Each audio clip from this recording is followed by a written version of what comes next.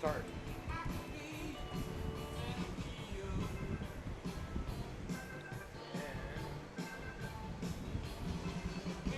There you go. Welcome in, everyone, to another night of Norwalk softball here on Pardon My French Media as the Warriors welcome in conference and county rival Indianola for a top 15 matchup. Indianola 13-10, ranked number 15 in Class 5A. Norwalk all the way up to number 2 in Class 4A. An impressive run for them this season. 22-3 are the Warriors coming into this one. It has been an amazing season for them, and they look to get a little bit of revenge here after suffering their first loss of the season last month against this same Indianola team. Alongside me today is Liam Weber. Our camera operator and producer is Gary French, and we are set to bring you action here from Norwalk Middle School as the Warriors look to defend their home field. It is the last doubleheader of the season for us here. They will have one more next Saturday. I believe that is Newman Catholic coming to town. But our first look here today, as it will be, of course, Carly Brewer in the circle, Ava Ticky on the other side for Indianola. Yeah, these are some very good offenses. It's been a incredible season for us, and pitching-wise, it's going to be a clear advantage to Norwalk, as Indianola has struggled a little bit with their pitching, but their offense has just kept them in games. Ranked number 1 and number 2 in home runs. Norwalk with 40 and Indianola with 39, and that is ranked 1 and 2 in the state. Yeah, it is, regardless of class, these two have been two of the best power-hitting teams. It has been a three-pronged attack at the top of this order for Norwalk, with Nia Holbert, 14 home runs, 11 for Carly Brewer in the 3-hole, and following that up is the number 2 hitter, Bailey Birmingham. Those three have been as brutal as any trio to go against for opposing pitchers. Yeah, and I mean, Nia Holbert with those 14 is tied for first in the state. Carly Brewer, I believe, is tied for 4th in 4A with 11. So, and then Nia Holbert, 96 total bases on the season. That is good enough for first in the state as well. So she's been one of the most prolific hitters in Iowa. Like, it's just been incredible to watch. And I mean, at the beginning of the season, we, of course, were talking about how are they going to replace the power output of Lauren Black and everybody that did leave, and they have done that beautifully. Nia Holbert at the top of the order. Carly Brewer's been supplementing. Bailey Birmingham's been having a great season as well. So it's really just been a power by a committee. Yeah, I don't know what exactly happened in the offseason, but all three of them have easily surpassed their home run numbers from last year. On the other side, for Indianola, Tessa and Sam Grip helping lead the way for this squad. Grip with 8 home runs and 12 for Sam. Sam Grip, a phenomenal year, hitting .529 as well. She'll be in the 3-hole today for Indianola, and they're going to have to look to keep up with this powerful Norwalk offense, but they've got a tough matchup with Carly Brewer in the circle. Yeah, Carly's been incredible all season. It's been very hard to get hits off of her.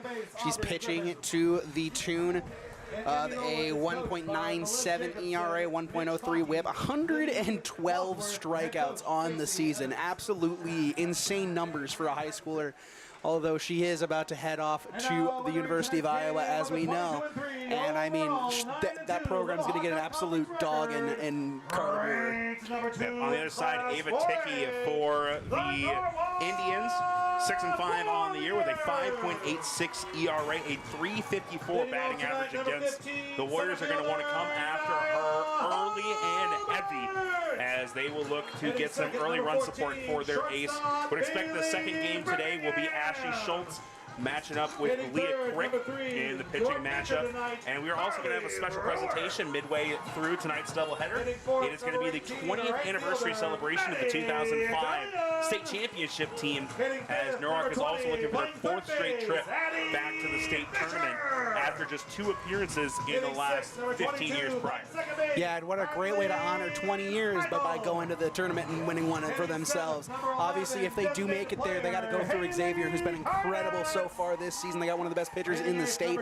But if there's a team that can do it, it's this one. They have improved from last year somehow. They've lost so much talent, but so much talent has come out of the woodworks and become a solidified team with so much to prove, and they have proven it.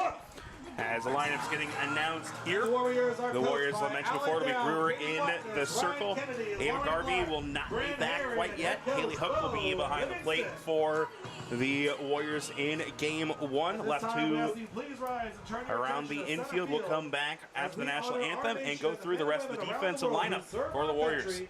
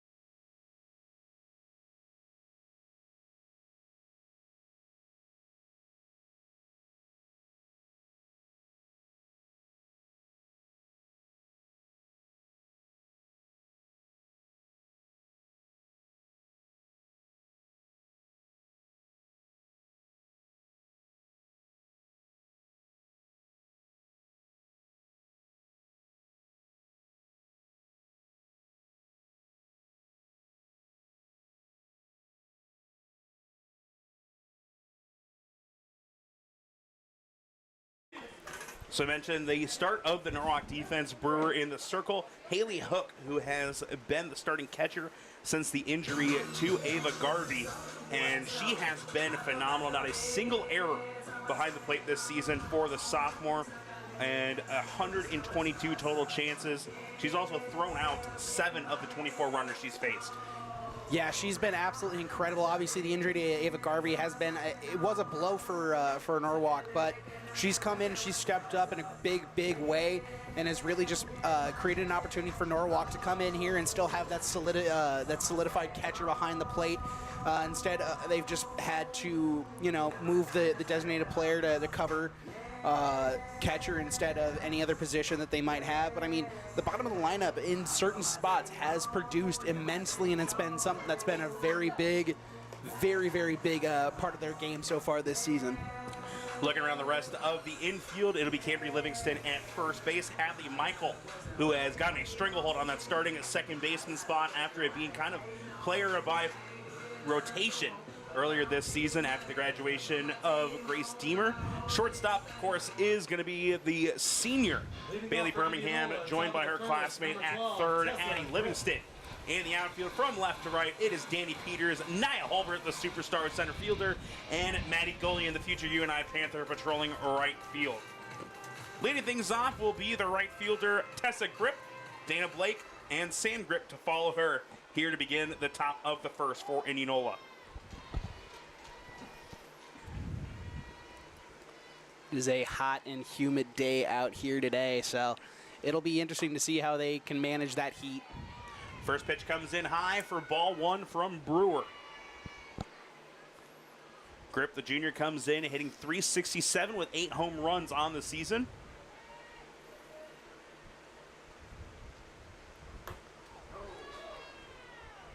And that'll be an early base runner here as the pitch comes in and hits.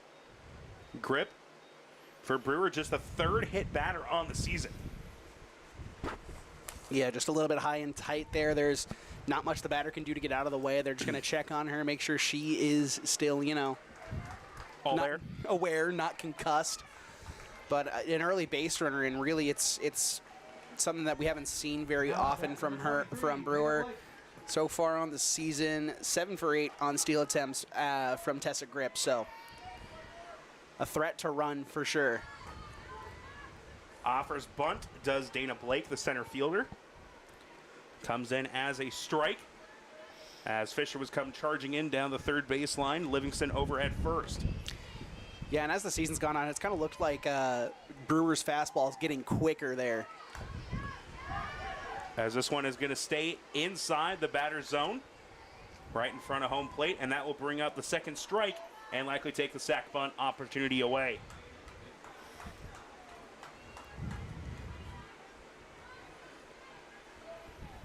Yeah, Blake so far this season has 4 sacrifices, so has been able to get some of those bunts down, move the runners over. 2 strike here. Pitch outside, does not chase, and it is 1-2 now.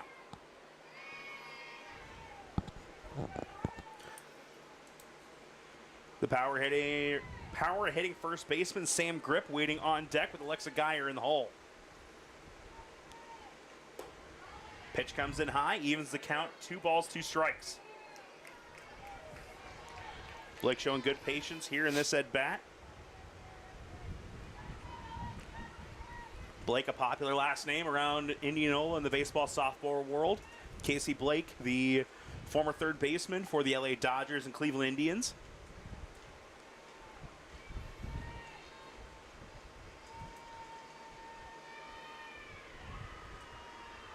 Two-two pitch, catches the outside corner, and that'll be a called third strike. You get the first out. Number 15, Sam Grip. Brings Sam Grip to the plate with Tessa standing at first base. Yeah, and that was a beautiful pitch on the outside part of the plate. Just kind of froze Blake up, so excellent job from Brewer there, getting out of that at-bat.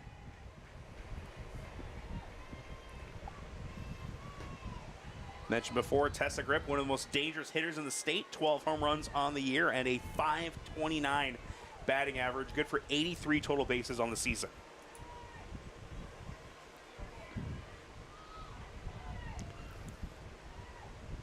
One out pitch comes inside, gets away on a wild pitch. And that will move a runner over to second. And a great RBI chance here with a hitter's count for Sam Grip. Yeah, and Sam Grip has 35 of those on the season, so absolutely capable of driving in runs, even if they are from first base. But luckily, it's in scoring position now, so anything in the gap should score Tessa.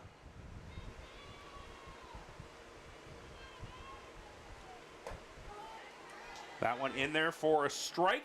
First strike of the at-bat.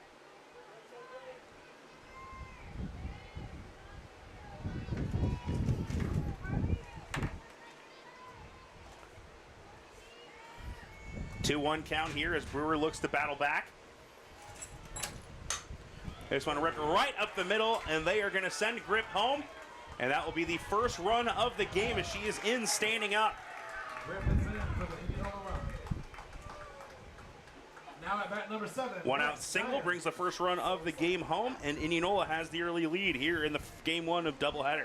Yeah, it's just a good, solid single back up the middle into the outfield to Holbert.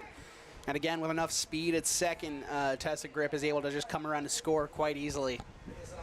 Grip came in tied for 5th in 5A and RBIs. That'll put her in a tie for 4th now after driving in her 36th run of the season. Geyer will come to the plate, takes a called strike 1 to begin the at-bat.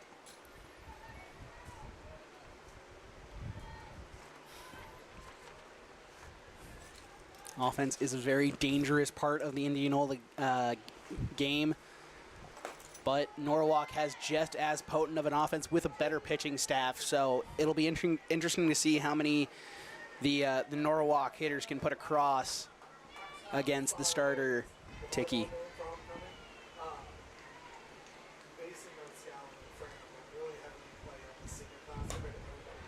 This one fouled out of play. It'll remain an 0-2 count.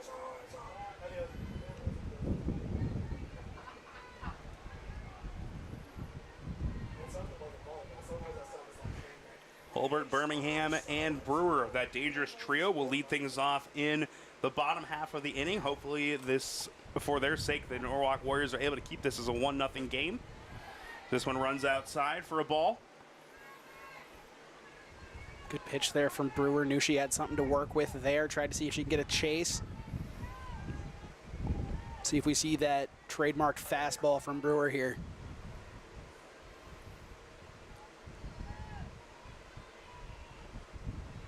Hook sets up on the outside. This one fouled up and out of play. Took a swing at a high fastball and able to get a piece of it to stay alive. Good spot there. Did get a chase, just not able to miss the bat. But again, kind of just trying to expand that zone a little bit and see if he can get the hitter to chase on something way out of the zone. We've talked a little bit about the power numbers for this team for both sides, really. And looking at Grip's RBIs on the year at the 5A level, at the 4A level, Norwalk has number 4 and number 5 in Holbert and Brewer with runs batted in on the season, just to show how much scoring is done by these two lineups. Yeah, it really is incredible as another one's going to get away from Hook here. Carly Brewer struggled a little bit with her control early on. Second wild pitch of the inning.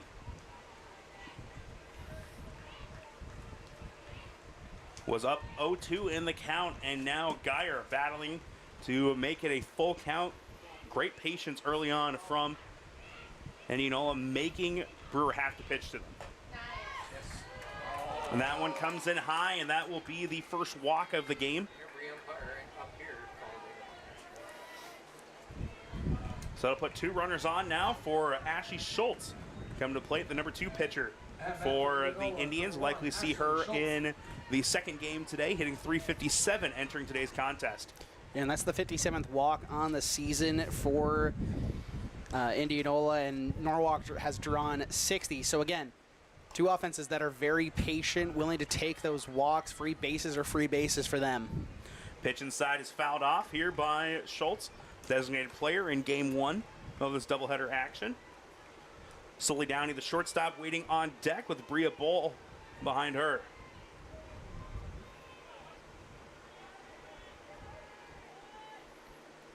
Grip at second, Geyer at first.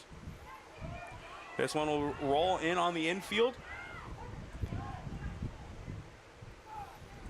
And they're going to say that one was a foul ball. Almost a disastrous play there as no one was covering first base.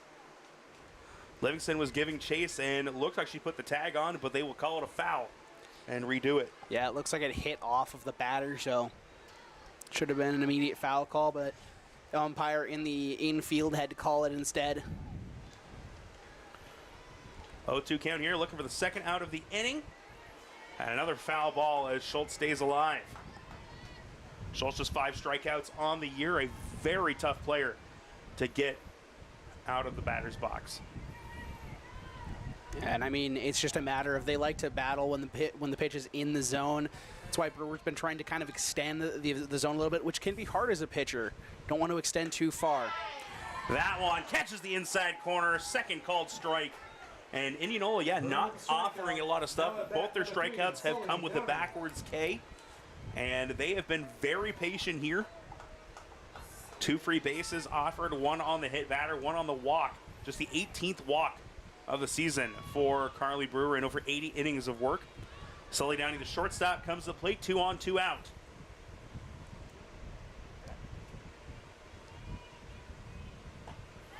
Comes up empty on the swing on the first pitch. Downey in her final month of Indianola softball as a senior this year.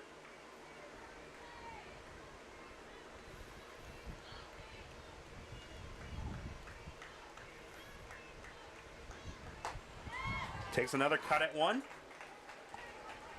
0-2 count, and Norwalk trying to get out of the inning with no more damage. Yeah, and this is the first batter that's really extended the zone for Carly. Brewers had to do all the work herself. This batter is really just swinging at stuff that is way in the other batter's box and opportunities. So Brewer has an opportunity here and takes it.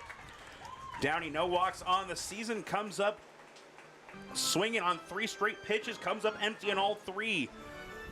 1 run in, 1 hit, and 2 left on here as we go into the bottom of the first. We'll be right back.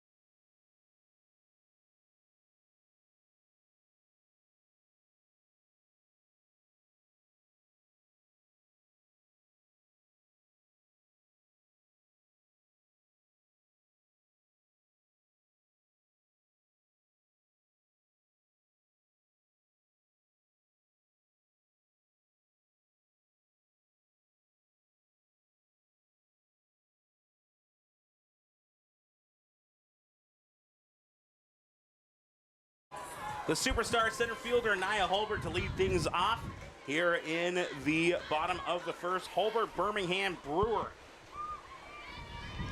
3 have combined for 34 home runs this year. One of the most dangerous trios you'll find in all of high school softball in the state of Iowa. Yeah, it's been an absolute clinic that they've put on so far this season. Center field, shortstop, and pitcher. And, I mean, it's just really just, it's been incredible to watch as well. Holbert takes a called strike on the outside corner. Yeah, and it really shows, too, that that's your, literally the heart of your defense, too. Carly Brewer has been fantastic fielding off of the circle and then having Birmingham and Holbert backing her up the middle.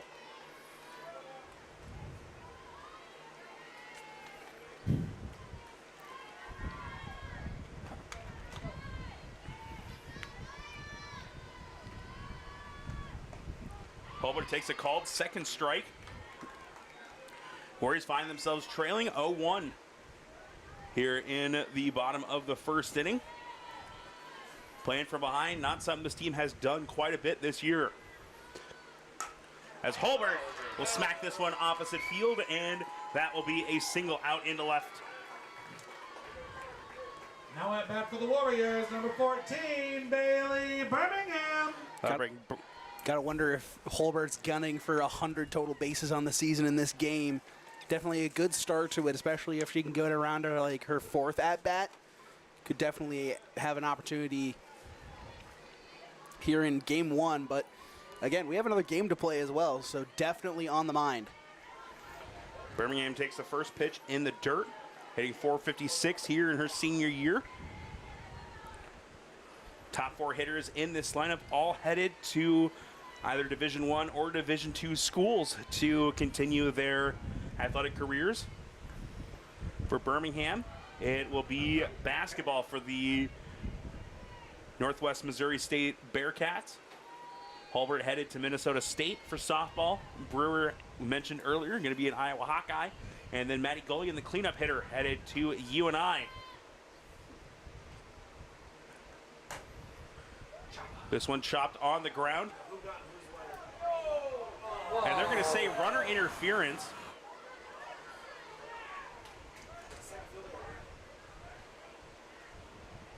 So they're going to call Holbert out here. I don't agree with the call. Holbert's running in the baseline. It is the fielder's job to work around the runner in that instance, not the other way around.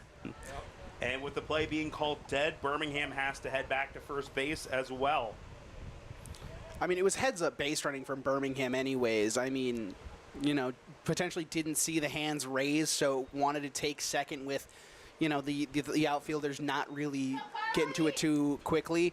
But it's a call that I don't necessarily agree with.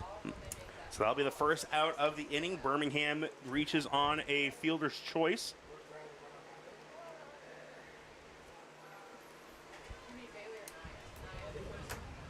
So that will bring Carly Brewer to the plate. 1 out in the inning.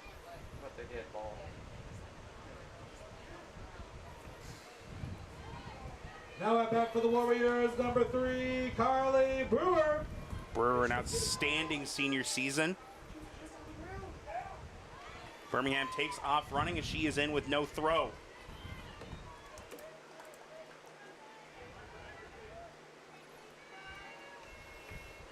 Birmingham 6 for 6 now on the season in steal attempts.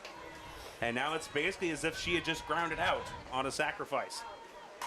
As Brewer rips this one down the first baseline. It is handled by Grip. Fumbled it at first, but able to recover. And now an opportunity for the Indians to get out with no damage done. Maddie Gullion comes to the plate.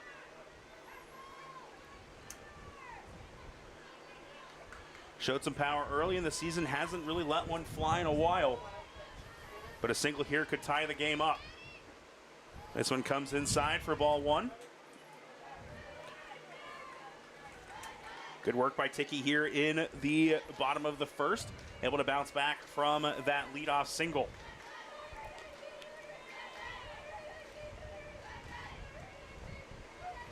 Another pitch in the dirt for ball 2.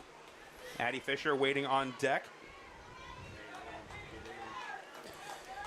Birmingham very anxious down that baseline, wants to touch home. If there's anything we've learned about Bailey Birmingham between softball and basketball, she doesn't like when calls don't go her way. And a wild pitch will bring Birmingham home. Is in for the Warrior run. And that'll tie things up 1 apiece. So, what's the old saying? Ball don't lie. Oh, yeah.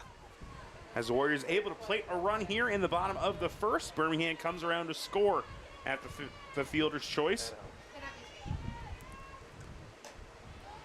I mean, I've never really heard of a runner being so annoyed at a call that they create the run themselves. Takes her base. Now at bat The aggressiveness 20, may have thrown Addie Tiki off a little bit Fisher. and allowed that pitch to get by the catcher.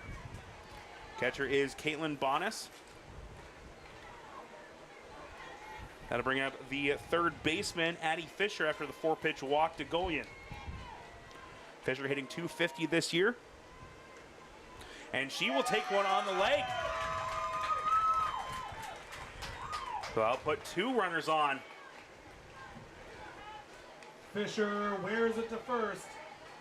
Golian advances to second. Now at bat And that'll bring up 22, Hadley Michael, who's had a Michael. huge breakout year as a sophomore. Hitting .328 with 16 RBIs. Go ahead run at second. Tiki able to settle down after a walk and hit by pitch on the last 5 and gets that strike in there. Single should be enough to score.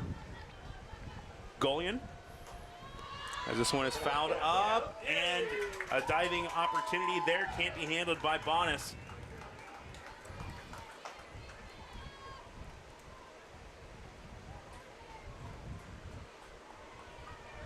That'll make it an 0-2 count to the second baseman. 2 on, 2 out, 1 run in so far in the bottom of the first inning.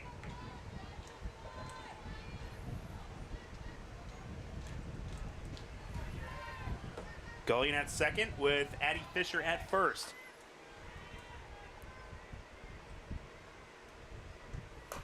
Michael can't keep that one fair. Would have been enough to score Golian, as she was already around third before anyone was even close to the ball. Yeah, that would have been an easy go-ahead single, but just hooks to the right of the pole. We'll see what comes of it. Though, as this at-bat has shown that Michael's been hitting the ball well, it's just been a little bit earlier, a little bit late, a little bit under, just barely missing the barrel. As Michael will single this one back up the middle, and they are going to send Golian. Throw to plate is not in time, cut off by Grip, and an RBI single drives in Golian, and it makes it 2-1 here in the bottom of the first. So that thing I said about, you know, it just barely missing the barrel of Hadley Michael's bat, she proved me wrong quite quickly. Single also advances Fisher over to second, and it'll bring up Haley Carnatz. It's a good 2-out rally here for the Warriors. Carnatz and Fisher, the 5 and 7 hitters tonight. 2 of the seniors being honored late in the season this year. 2 players that coming into their senior year had been biding their time and finally able to get into the starting lineup. And they have done well both offensively and defensively for their team, as Carnat's able to foul this one off. Even with the base running snafu on the questionable call on the grounder over to second, that Hulbert was called out on, the Warriors still able to plate 2 runs this inning with a 1-1 count to their designated player. And a good snag by Bonas to keep this one from getting and advancing the runners. It'll be Bell, Tiki, and Bonas at the top of the second. Warriors trying to keep this 2-out rally going. Carnatz fouls another one out. Makes it 2-2.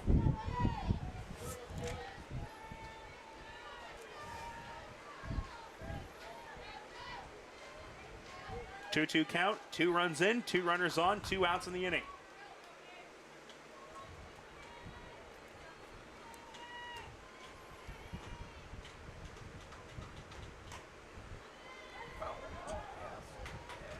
That one rolls foul, as giving the charge in from third was Bell. And if she'd come after that a little bit, probably would have had a play at first to try and end the inning. Yeah, it would have been a close play at first, as it was a slow little chopper. But definitely had a close play at first. Carnatz takes this one outside. Curveball, can't catch the corner. Score 2-1. Full count now with 2 gone in the inning. Cambry Livingston, the first baseman, waiting on deck with Danny Peters in the hole. And that'll be a walk. Load the bases for Livingston. It's an excellent at-bat there from Haley Carnatz. I mean, just patience, patience, patience, willing to work that count full and then eventually work her way on base. Sets up Cambry Livingston, who has struggled at times this season with getting the bat to the ball. But when she makes contact, she makes loud contact. Livingston hitting 152 on the season. Danny Peters waiting on deck now. As this one will be ripped into right field. That'll score 2, and they are going to send Carnatz over to third, and on the throw, Cambry Livingston moves over to second. 2 RBI single. Now at bat for Norwalk, number 21, Danny Peters. 2-out rally continues here. What did I say? When she makes contact, it is loud contact. Could almost probably hear that, the sound of that bat making contact through the broadcast. Just the 6th hit of the season for Cambry Livingston. It comes in a huge spot with 2 RBIs coming in. And now Danny Peters, who's been extremely dangerous at the bottom of this order all season long. An opportunity with 2 in scoring position, as the wheels have kind of fallen off here after a good start to the inning.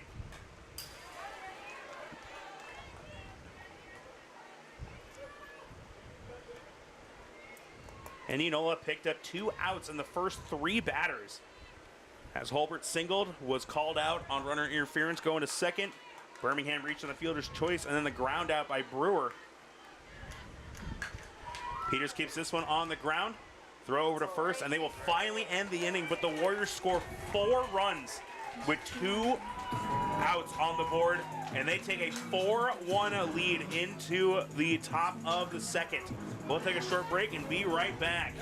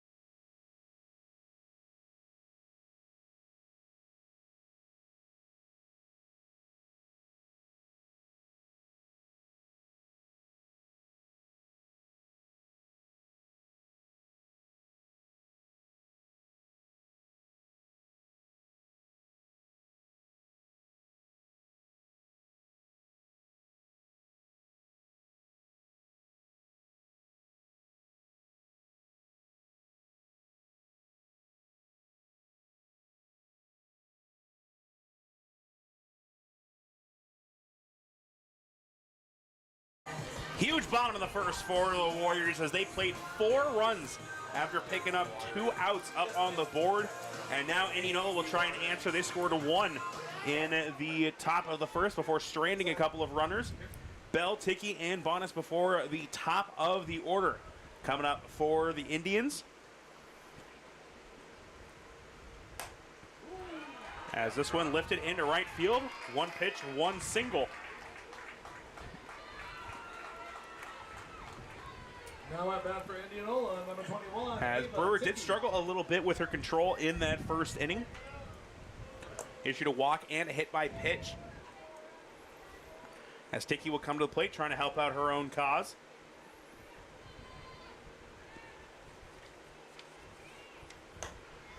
This one lifted high and to the right and out of play.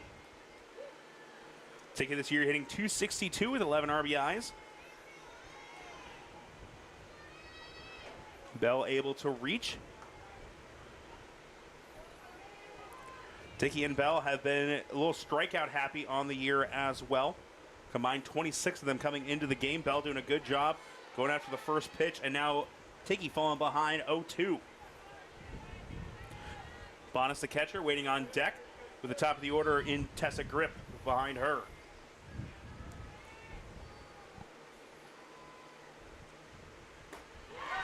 That'll be the fourth strikeout of the game already for Carly Brewer. This time gets her swinging. With the strikeout, now at bat, Caitlin Bonas.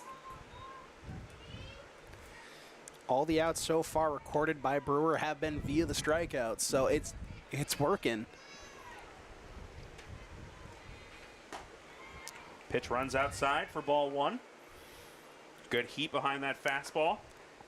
Yeah, I was about to say, you got to be a little scared when you're in the batter's box, especially if you're, you know, one of the players that gets hit by the pitch. That fastball is big.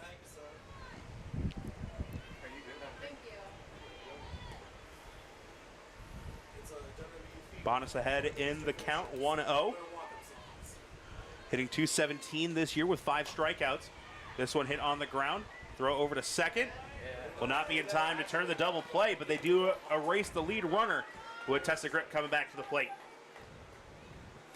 Yeah, and that's the best choice there. Get the lead runner. Don't let a runner in scoring position, especially with top of the order up. Very smart decision from Brewer. First non-strikeout recorded out of the ball game for the Warriors defense. Grip was hit by a pitch, took it to the noggin on a fastball. Came around to score the first run of the game for Indianola, now trying to extend the inning with 2 outs on the board. And they're going to bring a courtesy runner in. It appears to be number 25, Kendall Sandy, the sophomore.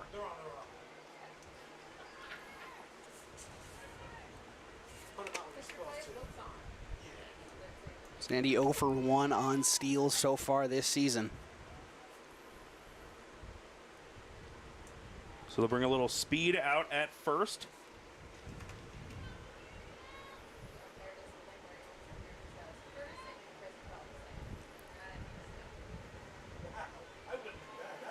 Score 4-1 here in the top of the second. A huge bottom of the first as the Warriors hit through the order.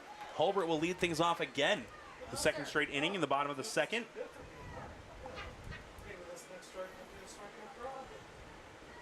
And Indianola trying to ignite things with their offense again after plating 1 against Brewer in the top of the first. Good snag here by Hook. A couple of wild pitches thrown by Brewer in the first inning allowed those runners to advance and bring Grip in. As Tessa was brought in by Sam. Hook, throw down. Throw was a little short and a great jump for Sandy. She swiped second, her first steal of the season. Runner in scoring position and a hitter's count to the right fielder. Grip looking to reach base for the second straight at bat.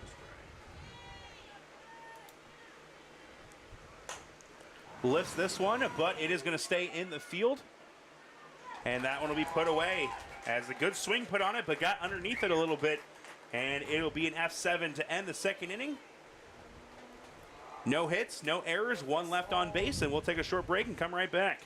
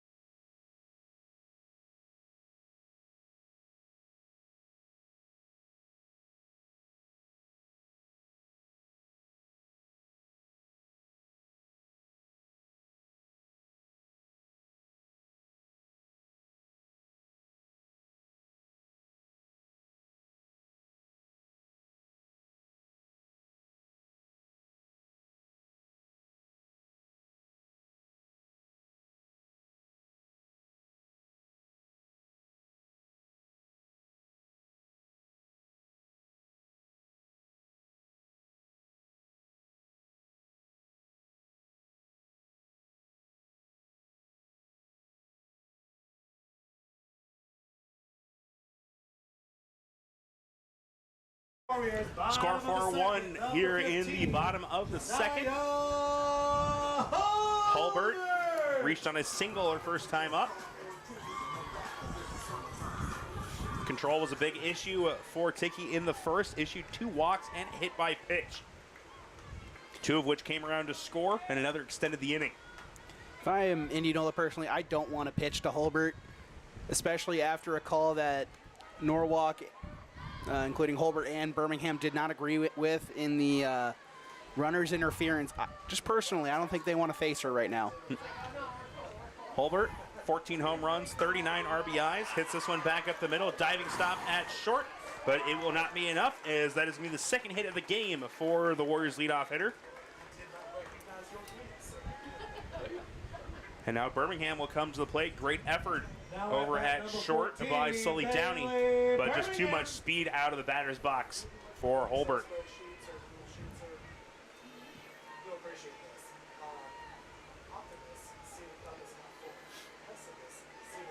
Birmingham came around to score her first time up after reaching on that fielder's choice. Pretty much manufactured that run herself. Swiped to second, ended up dancing a little bit off third and caused a wild pitch. Carly Brewer waiting on deck, who grounded out to first. A little bit of shade from the sun here with the nice cloud in the sky. Warriors plated 4 runs in the bottom of the first, looking to add to it here in the second. 1-1 count to the shortstop, with Hulbert waiting over at first after a leadoff single. Lays down a bunt. I think that surprised everyone. There'll be no throw down to first. Birmingham comes up with an infield single. That is a beautiful play call. Carly Brewer. That'll bring Brewer to the plate now with 2 on, nobody out. I genuinely love that. I mean, with one of your best power hitters up at the plate, nobody's going to expect the bunt play, and then all of a sudden, a perfectly laid bunt by Birmingham. Brewer swings at the first one. And an errant throw by Bell. That will allow Hulbert to come in and score. Surprised she didn't go for the play at third. And Hulbert is in for the Warrior run. So Brewer will reach on the fielder's choice, and Birmingham advances to third on the error. No outs in the inning, 1 run already home, and runners on the corners. Meeting at the mound, we'll take a short break and be right back.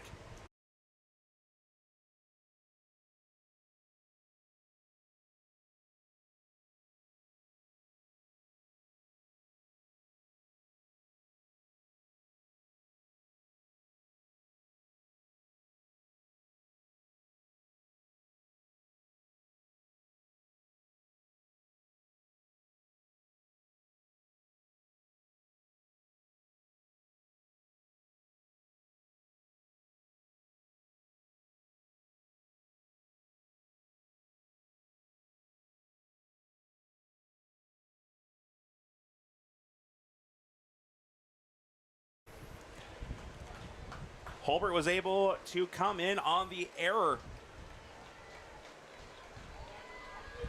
Makes it now 5-1.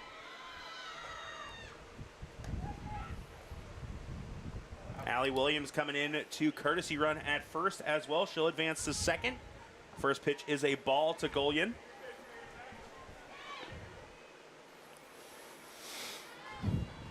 Golian this year hitting in that cleanup spot all season. 2 home runs and 24 RBIs entering today. Walked and scored her first time up.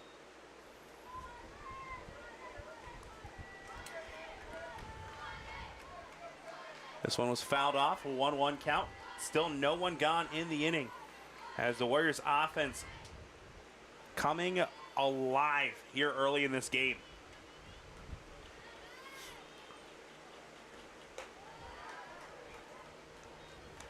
Pitch comes upstairs for a ball. There just seems to be certain spots of the game for Tiki where she's a little rattled, not really wanting to throw pitches in the zone, afraid that they're going to get hit, and sometimes you just have to challenge the batter and hope your defense is up to the task.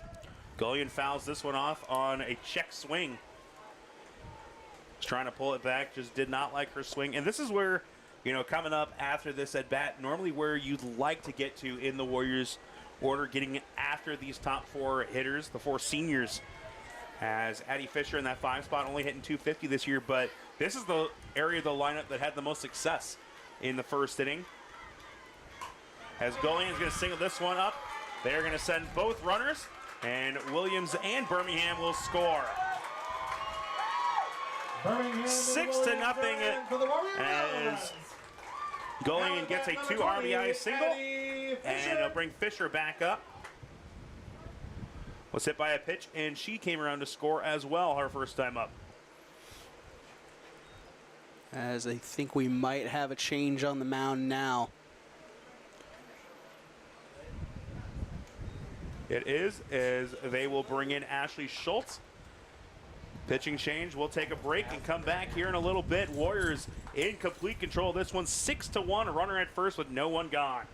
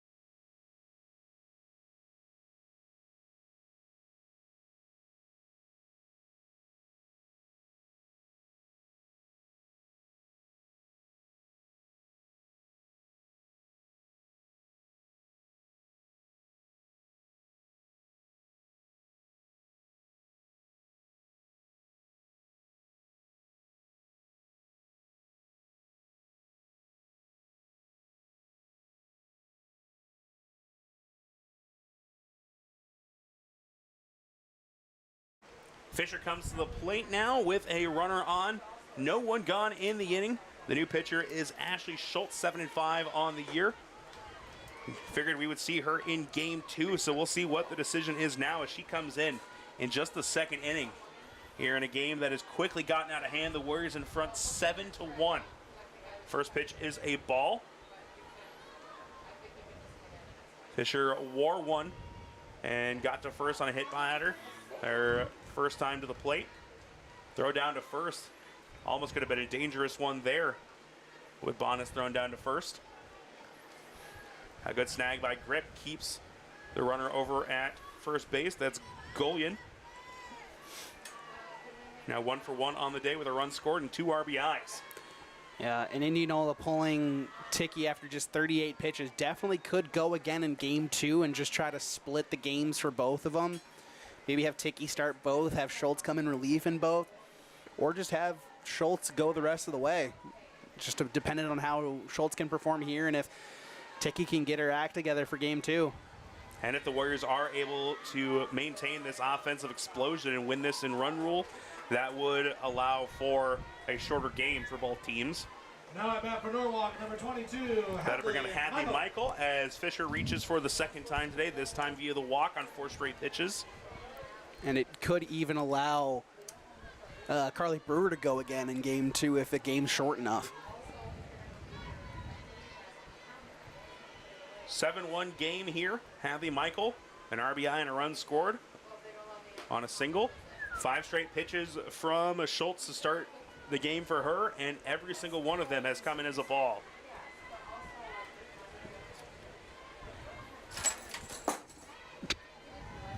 It'll be Dana Blake, Sam Grip, and Alexa Geyer due up next for Indianola if they're able to ever end this inning, as Now 6 pitches, 6 balls from Schultz to begin. The Texas Tech crowd or Texas A&M crowd, excuse me, is screaming right now.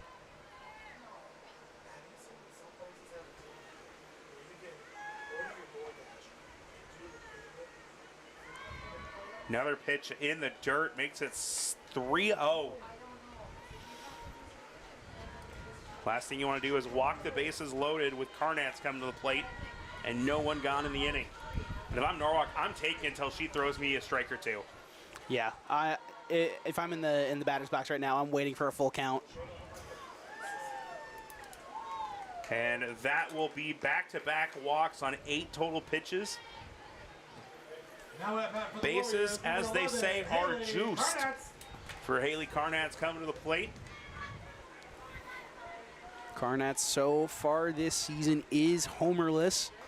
What a spot this would be to get her first. Whereas already up by 6 runs here in the bottom of the second.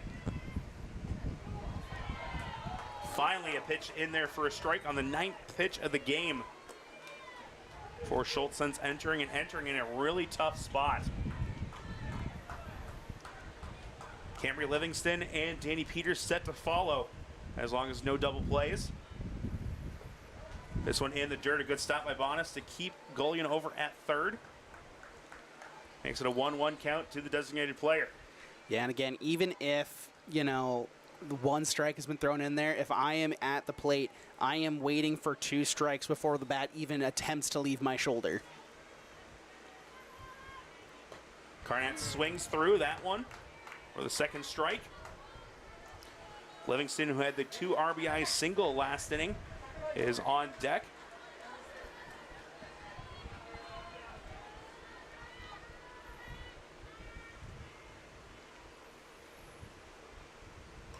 As Carnats fouls another one off. Not a lot of speed behind. She was out in front of that one a little bit.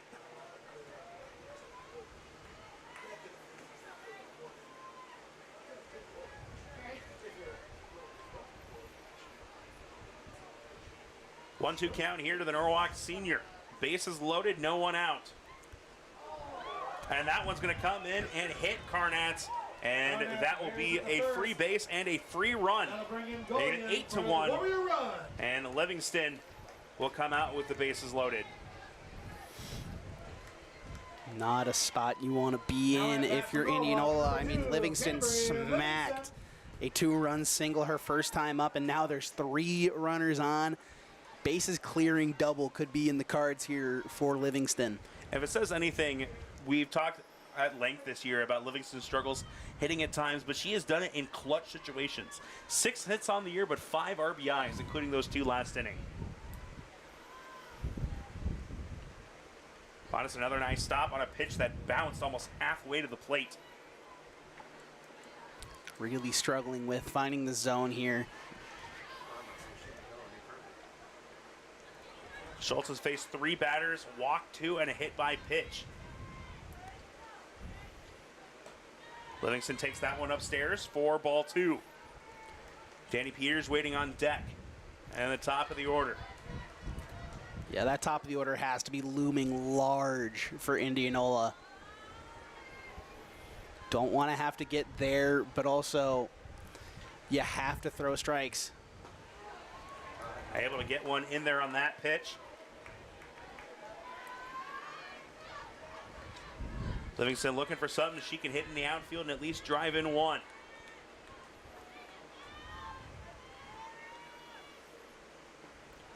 Another pitch in the dirt, 3-1. Livingston getting the start at first base here today. Rewarded the trust from her head coach and dad, Bo Livingston. And that'll be another run walked in. It's the worst thing you can do in baseball or softball is walk in a run because it's free. And they're going to switch again. Although the fact that Tiki was pitching to contact, she was getting strikes in there at least. Schultz faces 4 batters, walks 2, and hits batter. She allowed 2 runs to come in and score. Bases still loaded with the number 9 hitter, Danny Peters, coming up. As it'll be a quick warm-up, and then we will be right back.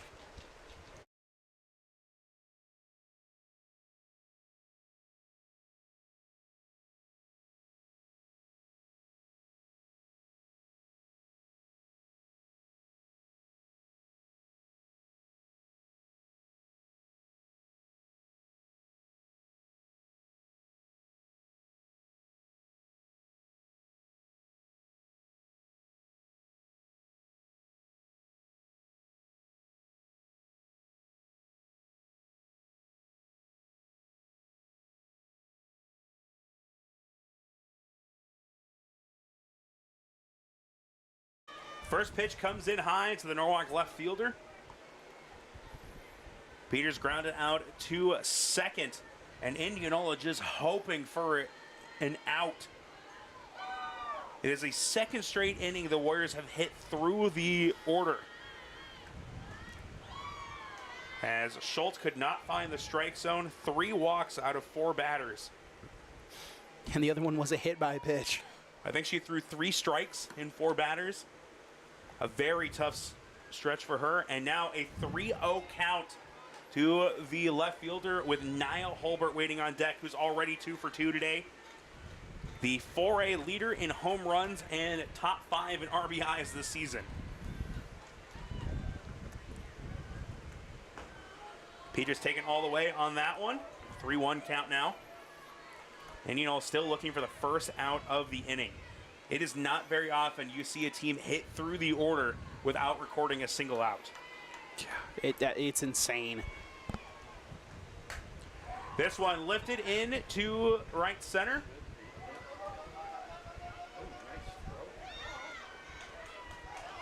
And that will be enough on the sac fly to bring the run in. And Carnass is safe at third. 15, Niall Holbert. And Peters did exactly what she needed to do, just get the bat on the ball, lift something. Brings Michael in. So runners at the corners, the top of the order up for the 3rd time today already. It's the bottom of the 2nd. 10-1 our score. As even though they have been pitching outside quite a bit, we're going to see Holbert and Birmingham probably go after these with how they've been hitting so far. Yeah, and I mean, it's just, if you can get more runs on the board, you might as well do it, especially when you have 2 of the hottest bats on this team and then the 3rd hottest bat on the team coming up right after. And the biggest thing here, you got to find a way to record it out with Holbert at the plate. Yeah, you got to hope for a sac fly. If a run's going to score, a run's going to score. A double play here would be incredible, but with Holbert's speed, it's going to be difficult, especially with Livingston's speed as well. As Holbert fouls this one off. Holbert on the year, just 4 strikeouts on the season. 26 extra base hits this year. You mentioned before, she came in with 95 total bases, has added 2 more to her total with a pair of singles. As this one hit high in to a shallow right field. That will not be enough to score the run. A big second out there. Just got under it. Now at bat for Norwalk, number Couldn't 14, quite barrel it up. Birmingham. The toughest part here for Indianola is it doesn't get any easier. Bailey Birmingham to the plate. Runners at the corner. Still 2 gone in the inning with Carly Brewer waiting on deck. Although it does seem like the little break for Tiki was enough to allow her to regain some composure and, you know, try to re-attack this top of the order again.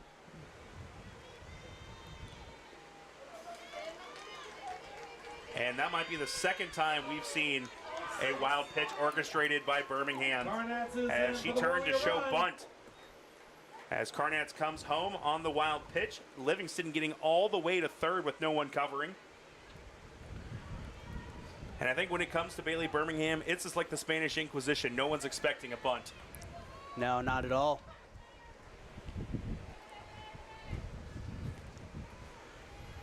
One-0 count here. Birmingham swinging away. Kind of lobs this one up. It stays in the field of play, but The third baseman, Bell, unable to get over to it. Warriors in front by 10 now. And a reminder, they did get rid of the 3-inning run rule. So we will play a minimum of 4 innings today.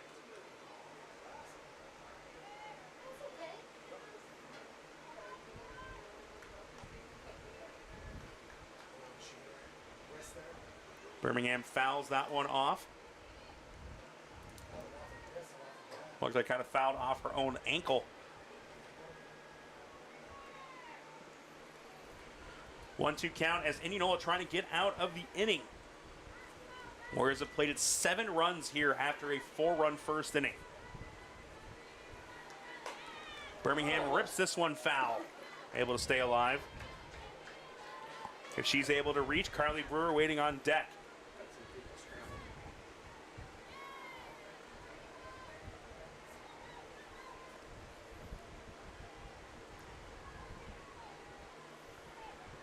Livingston waiting over at third. She's just one of 2 players that is yet to score a run so far in this game for Norwalk. The only one to reach base and not score, as she was stranded back in the first.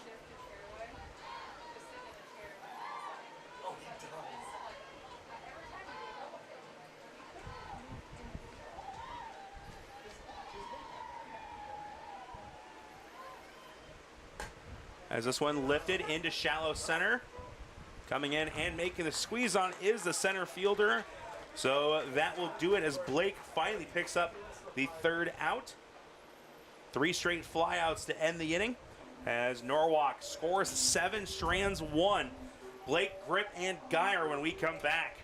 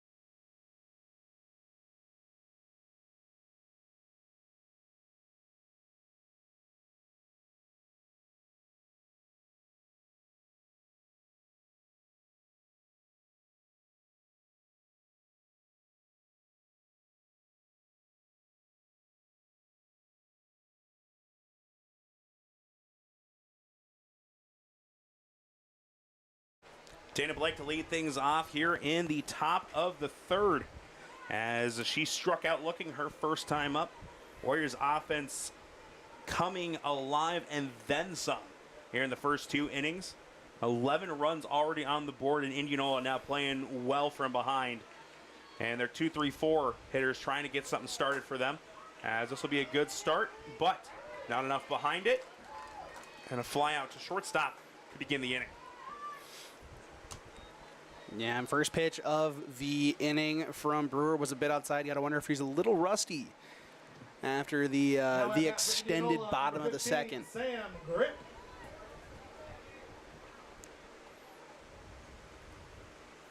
I'll bring up Sam Grip, singled and brought in a run her first time up. Pitch low inside for ball 1.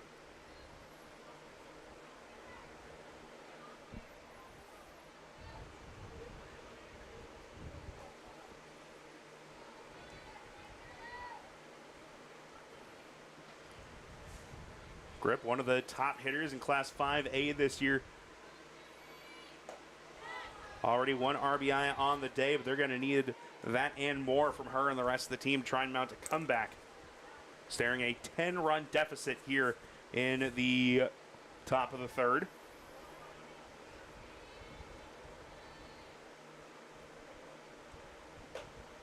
That one runs outside for ball 2.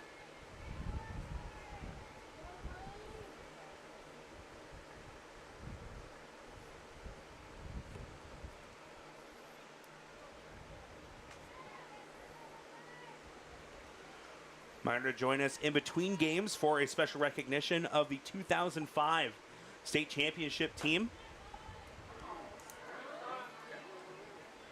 As the 20th anniversary of that title squad. Warriors looking to add another trophy to the case here this season. Ranked currently number 2 in Class 4A. But the run to a potential state championship, they'll have to go through teams like DCG and Xavier, who have had phenomenal years in their own right. As that'll be a walk issued. Second one of the day thrown by Carly Brewer. Indianola, number 7, Alexa Geyer. Alexa Geyer coming to the plate now. She was that other walk issued by Brewer back in the first. That one can't catch the corner.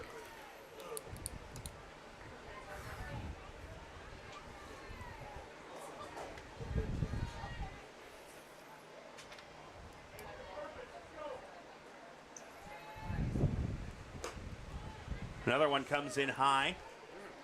Mentioned back in the first, Indianola has shown a lot of patience here, even with the 4 strikeouts for Brewer so far.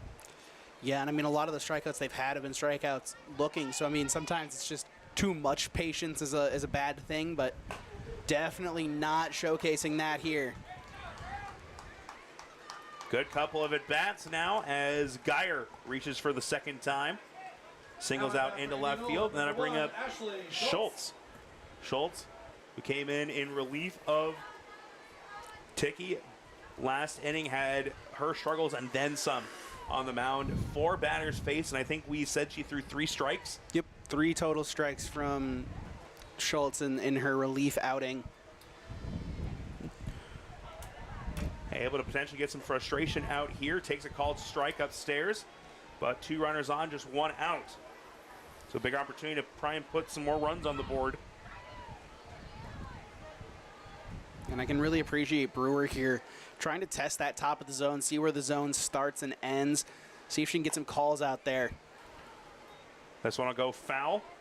Runners will have to head back to their respective bases. And I mean, when your team's up by 10 runs here in the top of the third, you have a little bit of room to experiment with the zone, see where you can fit some strikes in, see where umpire's not willing to compromise on balls and strikes. This one goes over the head of Michael. And that will load the bases with just 1 out. As Indianola trying to play from behind and get a rally started. Sully Downey to the plate, struck out swinging to end the top of the first.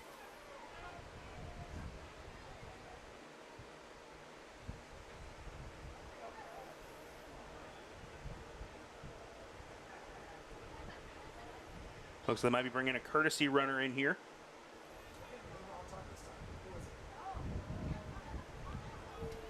Looks like it is number 6, Aubrey Griffin, coming in to run. She is the flex player today, playing second base. Pinch runner at first base, number 6, Aubrey Griffin. As Schultz heads back to the dugout.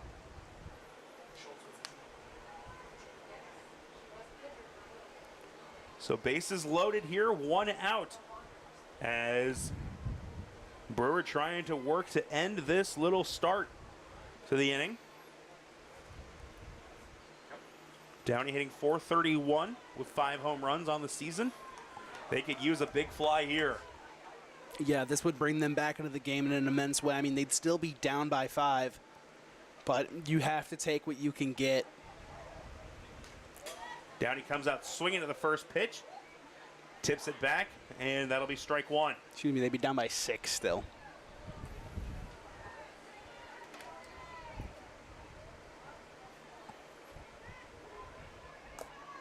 Brewer up over 50 pitches now.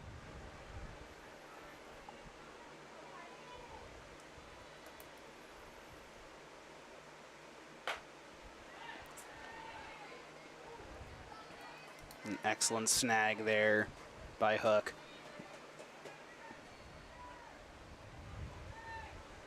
Talked about it coming into the game. Haley Hook has been phenomenal behind the plate after they lost Ava Garley early this season. Oh, they called that one foul. Would have been an opportunity for a double play chance. Great snag over at third by Addie Fisher. Very close call there.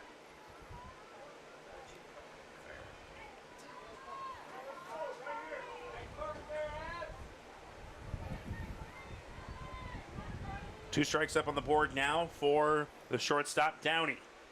Brewer looking for her 5th strikeout of the game.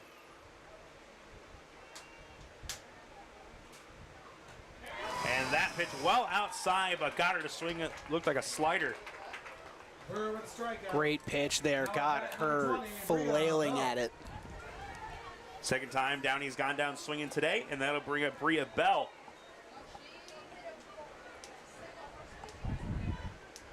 Had a good swing on the first pitch against Brewer last time up.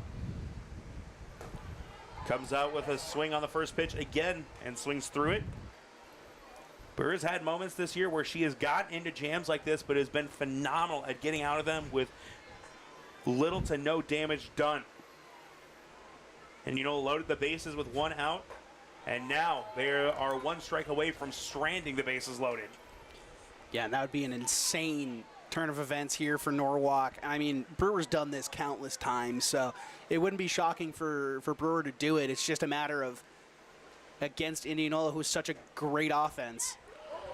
Tried to get her off or had something upstairs, but able to hold the bat back, makes it 1-2. Bell this year hitting .328, has struck out 14 times entering today, which is 2nd most on the team. Looking to try to keep the inning going and bring some runs home. Does not chase on that one. Good frame job by Hook, but not enough to get the call.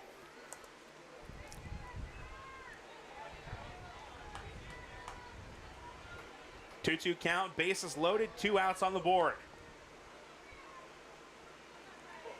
Bell, the third baseman, trying to bring a couple runs home here. But she will swing through, and that will do it for the top of the third. Indianola got a couple runners on, including a pair of hits and a walk, but they lead the bases loaded after back-to-back strikeouts. We'll take a short break and be right back with the bottom half of the inning right after this.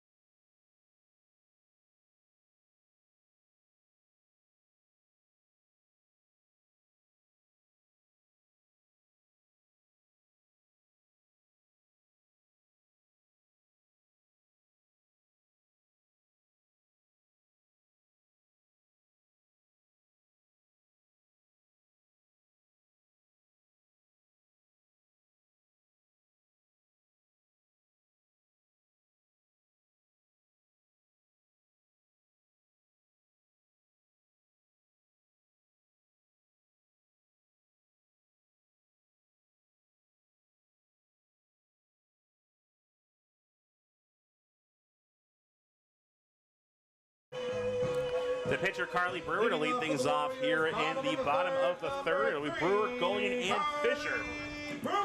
The 3 have combined for 5 runs here today. Gullion with a 2 RBI single her last time up. And Fisher has reached on a hit by pitch and a walk. Brewer got on the fielder's choice. Williams came into courtesy run for her and came around to score. Good pitch from Tiki to begin the at-bat. Her and Schultz both struggling with their control in this one.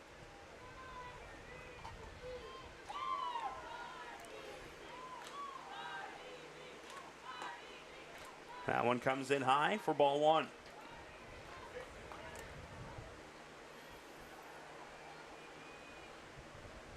Warriors 6 hits in the game with 11 runs on the board. Not a single one of them for extra bases. As this one is ripped into left field for a leadoff single. But expect we'll probably see Allie Williams coming back in to run on the base paths. And that is the plan here. Courtesy runner at first base, number 24, Allie Williams. At bat for the Warriors, number 18, Maddie Gulliam. So hit number 7 on the game. Warriors have also drawn 5 walks and have had 2 hit by pitch so far. So 7 hits and 7 free bases as well. So 14 base runners here in this game. 1 on, nobody out with Golian at the plate. 1 for 1 on the day with 2 runs and 2 RBIs. This one pitched outside by Tiki. They got to watch Williams on the base paths.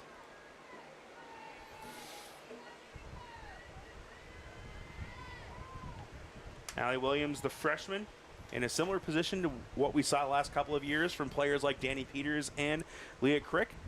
You start out being able to be on the varsity roster due to your speed and leads to a lot of opportunities. Crick now the number 2 pitcher for the Warriors, a 1.97 ERA this season and a 9-0 record to her credit so far. And Danny Peters, the everyday starting left fielder. As this one is hit down, Golian. And that is going to be a double play. Good snag by Grip. As Williams out at second, and Golian grounds out to first. Yeah, and that's a beautiful play by the first baseman. Get the easy tag at first rather than having to go 1-6-1. It's just 1-6. And you have to trust that your shortstop or your second baseman can put a squeeze on the ball and get the tag down. And Ava Garvey, who we have not seen in quite a while, is going to pinch hit here for Addie Fisher.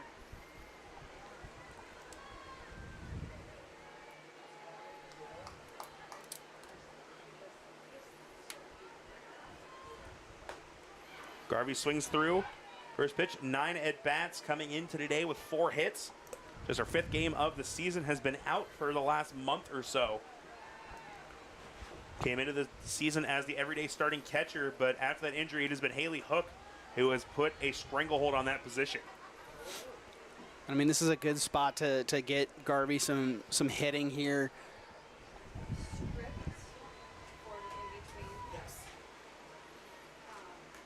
As she'll foul this one back.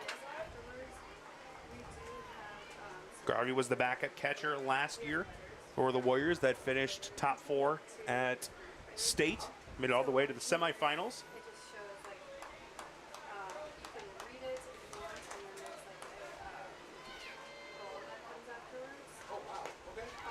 She'll go down swinging, a 1-2-3 inning here for Indianola.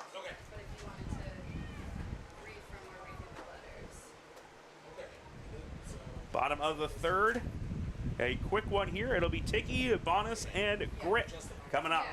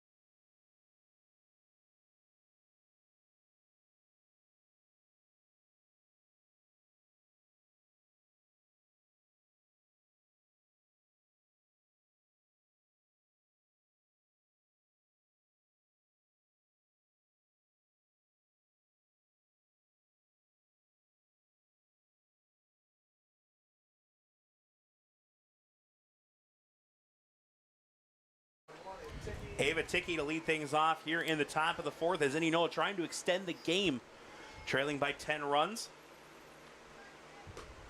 First pitch is outside for ball one. Ticky struck out swinging. Her first time out. It'll be Ticky, Abonis, and Grip.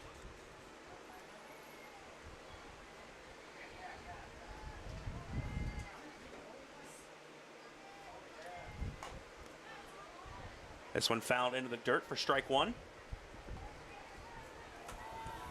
Reminder, this is the first of two games here today. We will have both of them here in the same broadcast. Ashley Schultz came in relief of Tiggy earlier in the game.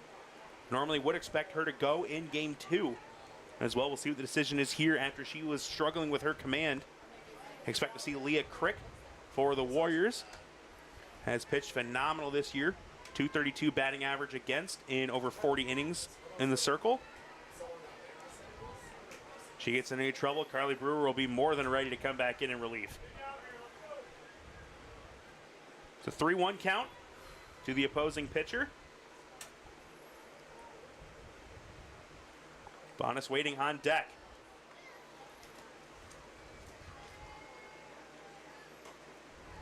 And that will be a 5-pitch walk.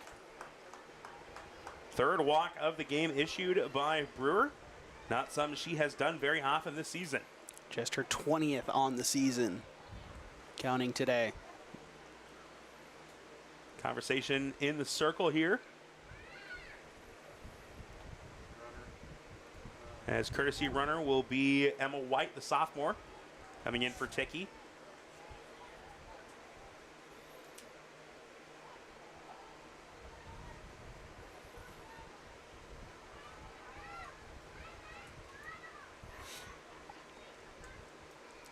Warriors 3 outs away from an 11-1 run rule. And trying to avoid getting run ruled for the third straight game after a very tough doubleheader against DCG their last time out. Losing at 13-0 and 14-4. It just shows how talented DCG is in the state. Double play opportunity here, down to second. Throw will not be made to first, so Abonis will reach on the fielder's choice. And that will bring Grip to the plate. Number 12, Tessa Grip. Blake waiting on deck. White out at second for the first out of the inning. They need a big play here from Grip to try and keep this game going. Needs to show off her grip strength, if you will.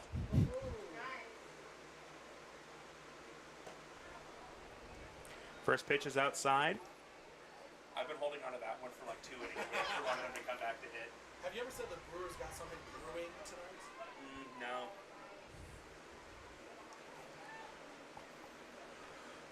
Tessa Grip, the junior right fielder, up with 1 on, 1 out here in the top of the fourth. This one hit down to third. Tried to turn the double play, not in time, and that will put Grip at first, back-to-back fielder's choice. And Dana Blake now to the plate, trying to extend the game. Yeah, this has just been a great defensive showing from Norwalk, especially in this inning. 2 ground balls, both of them have been fielded beautifully and thrown on just as beautifully to Michael. Blake at the plate, lost opportunity for Indianola in game 1. Struck out and flew out her 2 times up. Leads the team in strikeouts at the plate. Fouls this one off on a check swing. All right. Okay. Appreciate the personal 3 that Mr. Back. Yeah, I don't know the answer to that.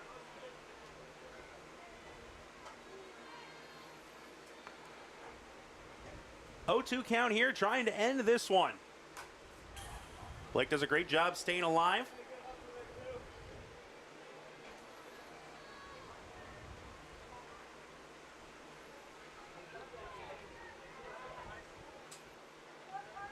Blake, a senior this year for Indianola.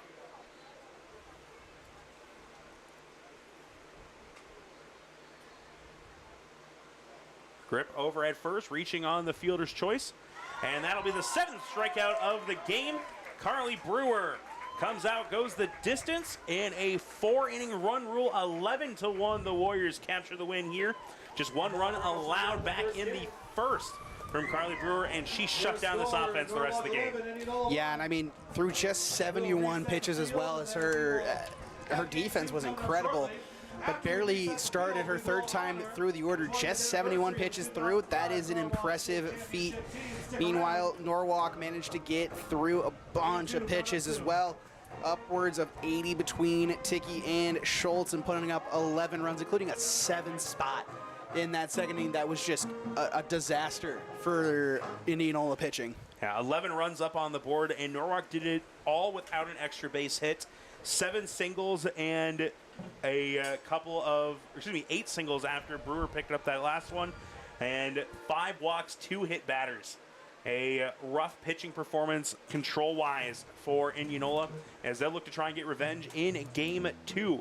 We will take a break. We'll keep it right here with the live stream going, as we'll also have the honoring of the 20th anniversary of the 2005 state champion team for Norwalk softball. So make sure to stay tuned here for that honor, as well as Game 2 action between number 2 Norwalk and number 15 Indianola back here in a little bit.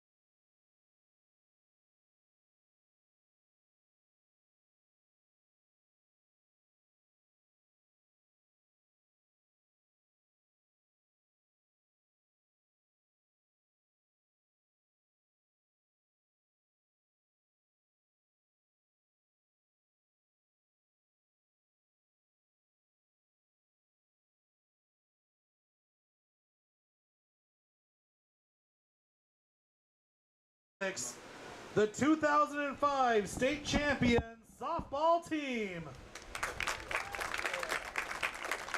This remarkable group of athletes brought home Norwalk's first ever Iowa Girls High School Athletic Union state title.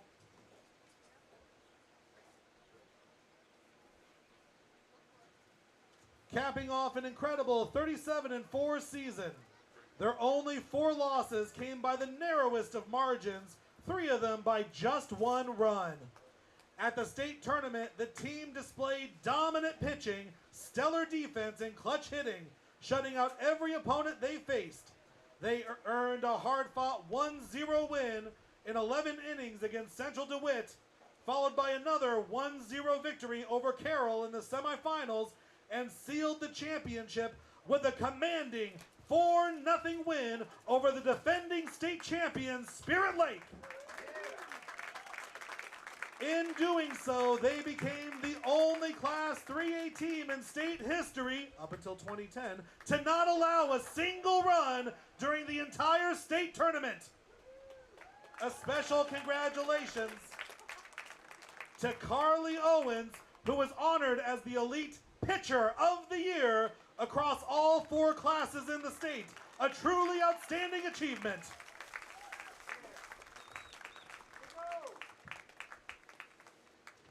At this time, we invite the members of the 2005 team to come forward and personally hand letters to today's team.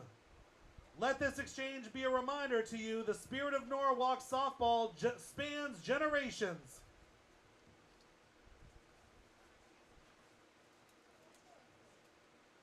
Along with these letters, each current team member is receiving a small piece of rope. It may not look like much, but it carries great meaning. It's something to tie to your bag, your cleat, or keep close by. It is a symbol, a reminder that no matter the moment, you never let go, you never give up, and you never let your teammate down. At this time, we'd like to share a special poem called Hold the Rope, written in the spirit of this game and this team. Championship teams have one thing in common. No matter how tough the season gets, the one thing they do is they hold the rope. Imagine you're hanging off the edge of a cliff, and the only thing keeping you from falling is a rope, held by someone you trust. Who would you choose to hold it? Whose hand would bleed before they ever let go? That's what it means to be a team. When the game's tight in the 7th inning and your legs are tired, will you hold the rope? When your teammate strikes out and needs to be picked up, will you hold the rope? When you're in the outfield and you haven't had a ball all game, are you still locked in? Are you still ready? Will you hold the rope? When practice runs long and the sun's beating down and your body's begging for rest, will you hold the rope? Holding the rope means more than playing hard. It's laying down the bunt when you're asked, backing up the throw when no one's watching, cheering louder for your teammate's success than your own. It's trusting the girl beside you to cover second and being the one who dives when it matters most. It means showing up for the person, not just the position. When you wear Norwalk across your chest, you are a part of a chain that stretches across the decades. So every time you see that rope on your cleat, on your bag, or in your hand, remember, hold the rope.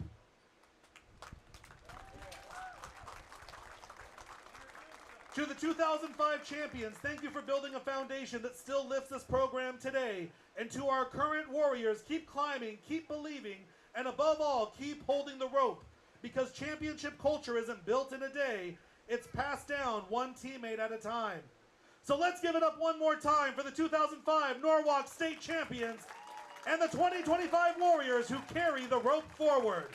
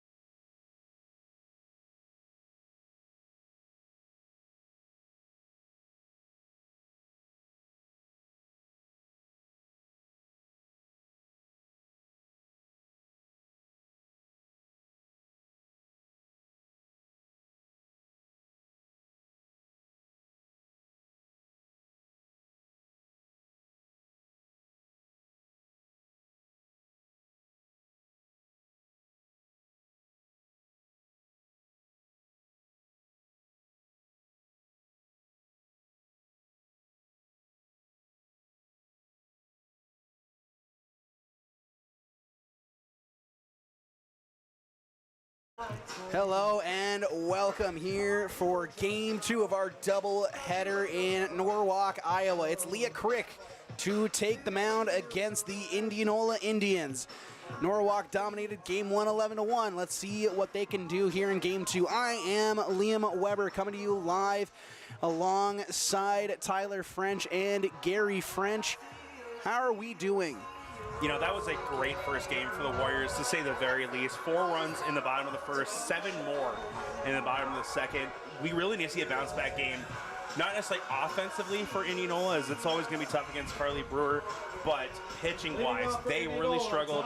Only 7 hits allowed, but they allowed 7 free bases with 5 walks, 2 hit batters, and with Ashley Schultz, she came in relief, pitched to 4 batters, walked 3, and hit 1. And as we get started here, the first pitch of game 2 is a strike in there from Crick against Tessa Grip. And Crick this year has had a fantastic season, yet to be on the losing end of a game. 9-0 on the year, a 1.97 ERA. She's not the type of pitcher like Brewer that she's going to overpower you with her stuff, but she has been a great number 2 starter for them and potentially a future ace for this team. As she'll bounce another one in there. It's 2-1 now to one of the best players on this Indianola team, ranked 15th in 5A. Tessa Grip, their lead-off hitter. Went 0 for 2 in game 1 with a hit by pitch that took her in the noggin. Managed to stay in the game even though it was a fastball from Carly Brewer. Yeah, a rough way to start off the game for Brewer, and she ended up being the first and only run to score in that game. Brewer really settled down. So that's a hot shot over to short. Birmingham unable to handle it, and that will result in an infield single here for Tessa Grip. Yeah, that's a tough play for Birmingham to make. Moving to her left, it takes a sharp bounce to the right side. A great job just to stop it, not letting it to the outfield where it, being that shallow, could have potentially been an extra base hit for Grip to lead off. As Dana Blake will step in. She was the strikeout that ended game 1, and she'll fly this one out to shallow right field, and this could be double play, and it is! Beautiful play out there by Maddie Gullion. A huge base running mistake there by Grip. A shallow fly. I know you want to get a little bit of distance in case that drops, but you cannot get that far off base when something is headed right for an outfielder. Was well over halfway to second base when that ball was caught. Had no chance to get back in time. As a double play will set things up here for Sam Grip, who is arguably the best hitter on this Indianola team. Yeah, one of the best hitters in the state this year. 12 home runs. She picked up her 36th RBI, driving in Tessa back in the first inning of game 1. And always got to be careful with her come to the plate. As the defense for Norwalk is unchanged from game 1. Left to right in the outfield, it is Danny Peters, Nia Holbert, and Maddie Gullion who made that heads-up play. As this one will dribble fair, and it'll be an easy tag from Cambry Livingston. It'll be 3 unassisted, as that will do it here in the top of the first. We'll give you the Indianola defense when we come back, and the Norwalk lineup in the bottom of the first.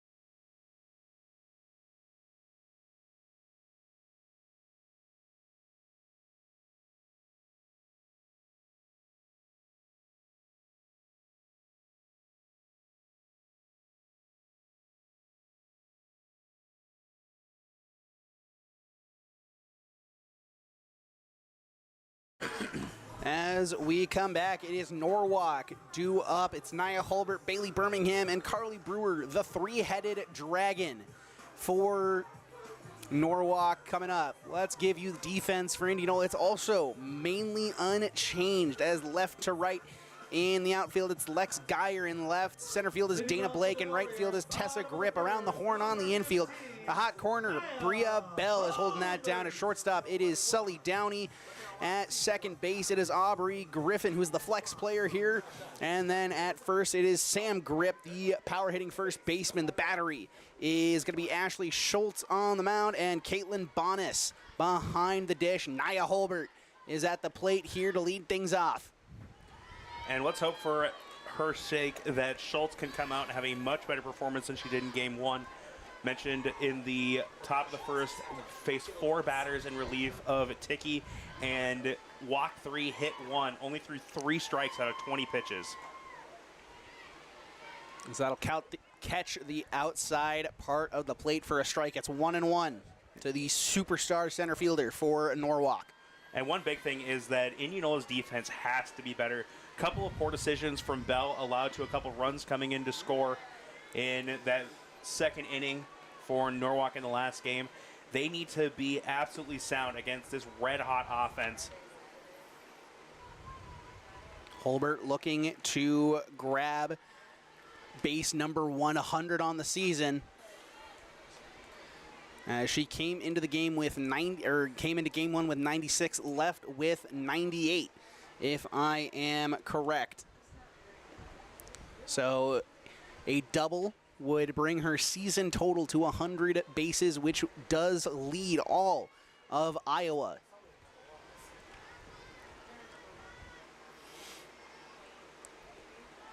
Key statistic from game 1 was Norwalk scored 11 runs without hitting an extra base hit at all. So they were really playing some small ball. I know Nia Hulbert likes to play the long ball instead. Yeah, you can tell the defense playing back quite a bit on the infield, and every time she comes to the plate, those outfielders are going to take a couple steps back. A dangerous swing there as she'll go down to the strikeout. And Schultz already having a better start off to game 2 than she did in her first appearance in game 1. And that'll be Bailey Birmingham up to the plate now. Another power-hitting player on this team. Yeah, and that, honestly, that appearance in game 1 may have been big for Schultz. Got those jitters out, and she came in a tough position with no one out in the inning, and now gets her first out recorded on her 5th batter. As that one's going to be launched foul off to the left.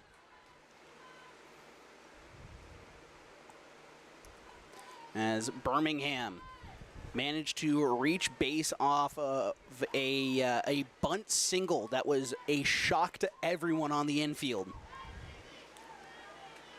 Yeah, she was able to manipulate Ticky a couple of times. Ended up reaching on the rough call over at second base on the runner interference that Hulbert got called out on. Able to reach base, moved around after stealing, and caused a little bit of stress, it looked like, for Ticky. Led to a wild pitch and came in to score. And then showed bunt again later in the game, and I think it surprised Ticky again and caused another wild pitch, allowed another run to come in. As this is another very early swing that is launched off to the left. It is home run or bust here for Birmingham if we're going off the first couple of swings. Birmingham, I've said it before, has that Vladimir Guerrero approach, no batting gloves, swings at a lot of different things. Very Javier Baez-like as well, except she won't go golfing nearly as much. But she hits for a high average, she hits for power. She does everything you would want from a power hitter in terms of her approach. As she will take that ball in the dirt, and it'll go to a 2-2 count here after the strikeout of Nia Hulbert. Carly Brewer waits on deck with Maddie Gullion in the hole, and this will be another full count worked here by Norwalk.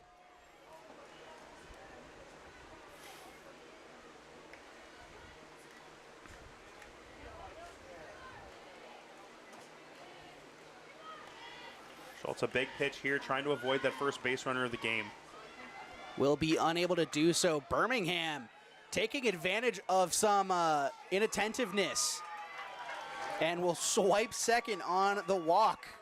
Yeah, it's not too often you see a two-base walk, but on a wild pitch like that, a great piece of hitting by Birmingham. And we talk that not a lot of patience. She hasn't struck out this year. I just looked at him, I'm not saying that on the broadcast yet, but now that she's at second base, I can say it. As this will bring up the star pitcher and the three-hole hitter, Carly Brewer, as that hits off the light pole and back into the field of play. Brewer also swinging a very hot bat, up to 11 home runs on the season. Good for second on the team behind Birmingham. Yeah, came in number 5 in the entirety of Class 4A in RBIs, one behind Nia Holbert this season. It really goes to show how strong this offense has been, and now she's got a runner 60 feet away with one out in the inning.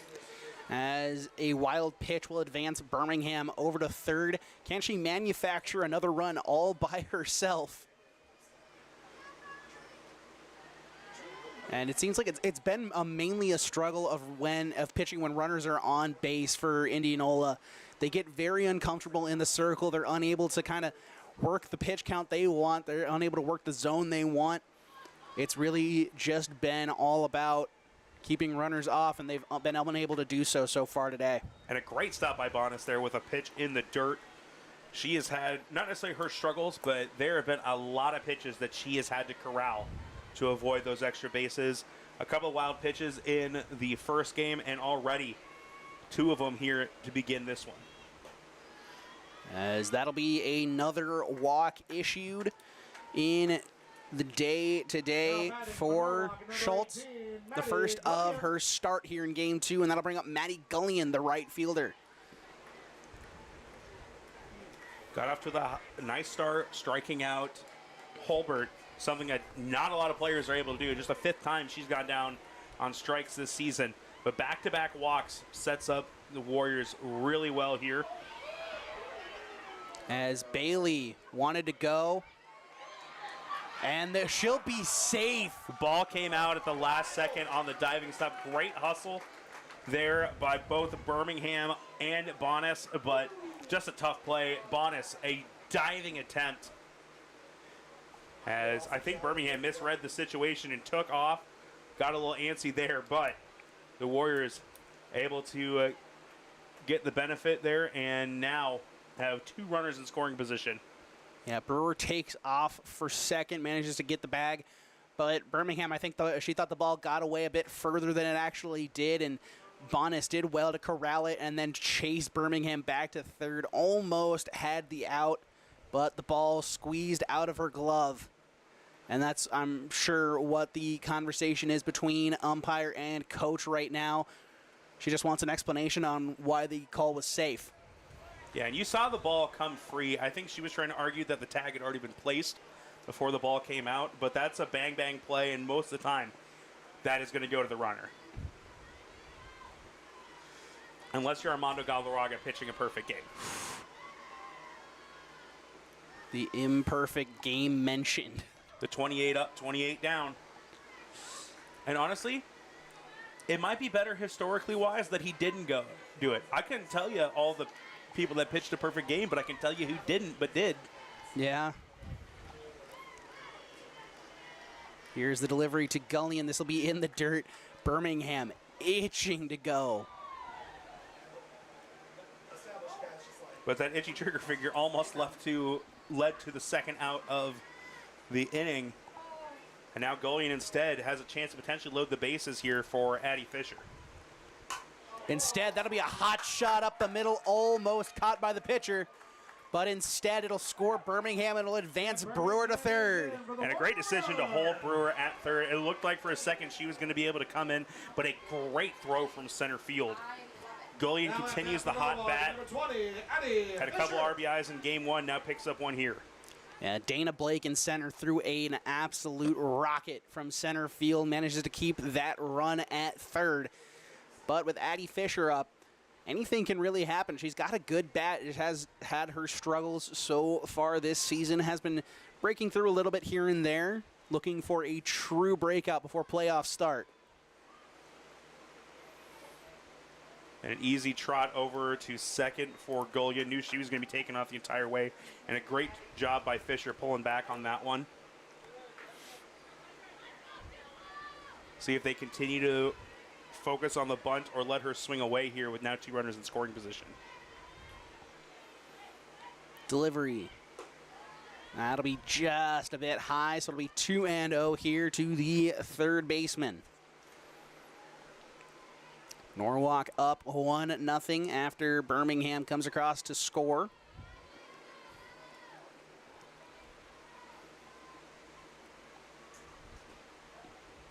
That's a strike on the outside part of the plate. Good pitch there, finding the zone. 22 pitches already in the inning for Schultz, as that is just her first strike, her second strike in her last 9 pitches. Still showing some struggles with the command, as that'll bring it to a 3-1 count to Addie Fisher with Hadley Michael sitting on deck. Yeah, that's the crazy part. Still only 1 out, so the sac fly still potentially in effect here with the Warriors already up 1-0. And that'll run inside, and this will get away, and Brewer will come across to score. And Brewer is in for the Warrior Already run. the third walk here in the inning for Schultz. Now at bat for Norwalk, number 22, Hadley Michael. And that'll bring up Hadley Michael with runners on the corners again. Addie Fisher has reached base 3 times now, has yet to put the bat on the ball. Yeah, excellent patience showcased by Addie Fisher so far today. 2 walks and a hit by pitch, and basically just replaces herself on the base paths. I wonder if they are going to look to switch pitchers here. As Fisher is struggling, or Schultz, excuse me, is struggling greatly. It looks like it's going to be Grip that's going to come into pitch. So we'll have a new first baseman coming into the game. Taking the mound for Indianola, number 1, Sam Grip. It'll be the 4th appearance of the season for Grip. 4 innings pitched, just a 118 batting average against, and has pitched pretty well this year. And now Michael will have to face a new pitcher. It'll be the 3rd one used in this doubleheader. And while Sam Grip gets warmed up, we'll take a break alongside it. It's 2-0 Norwalk here with runners on the corners. New pitcher coming into the game after Schultz strikes out Holbert and has 3 walks and a single.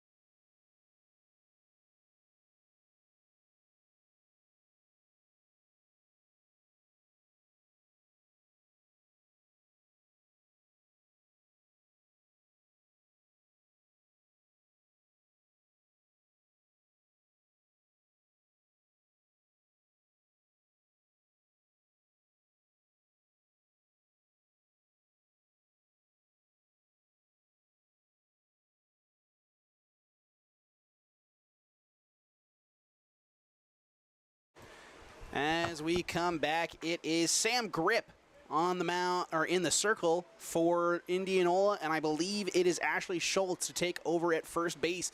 So just a simple position swap here as Hadley Michael will face off against the new Indianola pitcher. And already off to a good start with a strike there, as it's a indifferent as the pinch runner Lanovic swipes second. And for Schultz, through 24 pitches, just 8 strikes. In a third of an inning, allowed 2 runs, gave up 3 walks. This is going to be looped out there, and that'll get down. And it will not be in time. Schultz having to retreat back to first after trying to go for it. So that also could have been very disastrous, as Schultz was not looking when the ball was thrown by Aubrey Griffin. So Lanovic will remain at second, Michael at first, and now it'll be Cambry Livingston at the plate. Very reminiscent of what we saw in Game 1 with this Warriors offense off to a very hot start and grip a wild pitch. They have continued to struggle with their command. As that'll advance the runners to scoring position, second and third, for the very powerful but very inconsistent bat of Cambry Livingston. Yeah, Livingston had a great first game, though. Had that 2 RBI single as well as a walk.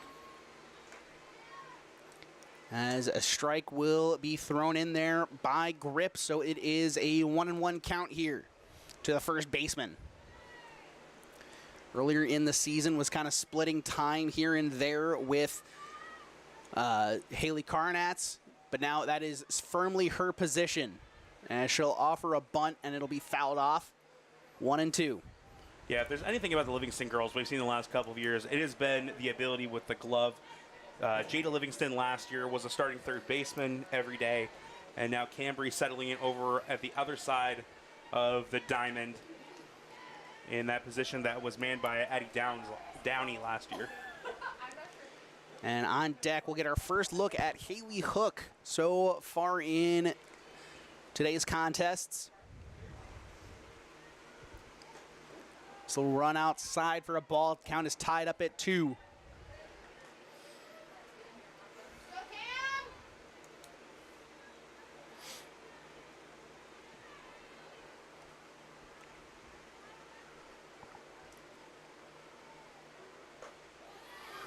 And that'll be a beautiful pitch as Livingston goes down looking.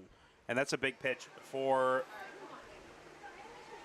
Grip coming back after giving up that RBI single. Number 9, Could have Haley easily Hook. been a out on the last bat and trying to get out of the inning, as Hook now an opportunity to try and keep this inning alive with 2 runners on. Batting .280 on the season. See what she can do with runners in scoring position. 2 outs in the inning. Typically is the player that is hit for as DP, but in doubleheaders, when Brewer takes over that designated player spot, Hook has been given the opportunity to shine at the plate and develop her skills. It's going to be grounded sharply to third, on to first in time. Big throw there. And it'll be a 5-3 ground out to end things here with Danny Peters on deck, abandoning runners at second and third. When we come back, it will be the Indianola 4, 5, and 6 hitters, Geyer, Schultz, and Downey.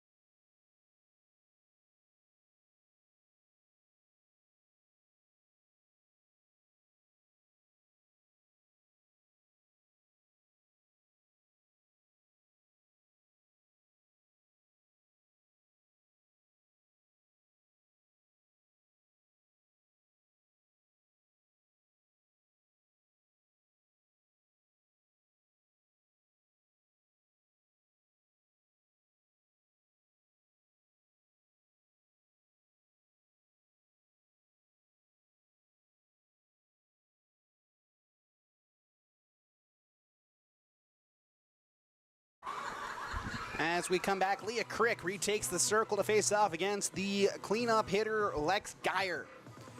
And Indianola needs their bats to come alive in the worst way. Norwalk, in just a total of 4 innings at the plate, have plated 14 runs. Geyer, one of the bright spots of that Indianola offense in game 1, went 1 for 1 with a walk and a single. Yep, a single. Managed to get all the way to second before the inning ended. So be grounded sharply to second. Michael on to first in time. Great recovery there from Michael. Could have let that eater up. Would have been definitely an E4, but a good throw in time to get a speedy runner in Geyer. Hadley Michael showing why she has solidified that spot at second.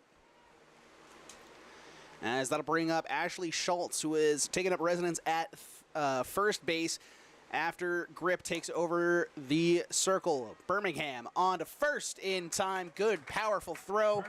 Back-to-back ground outs for Indianola. Now brings up Sully Downey. And that's one of the big things when you have Crick on the mound. She's not the type of player that's necessarily going to overpower you with her stuff, but she pitches to contact and gets a lot of ground balls with a great defense around her.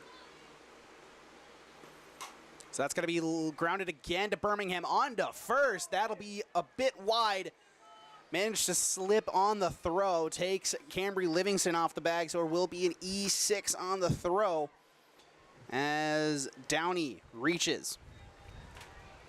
At bat for Indianola, number 20. Almost a fantastic inning here, as I just had to talk about the great defense, as that one's a tough play as well.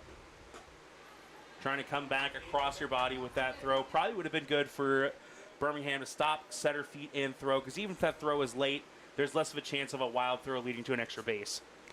As Bria Bell will swing through the first pitch and pop this one up and out of play into the crowd.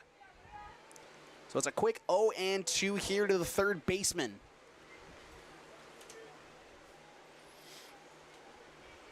Crook doesn't pick up a lot of strikeouts, just 29 of them in 42 innings, but has had a couple games where she's been able to blow past some pitches by some hitters.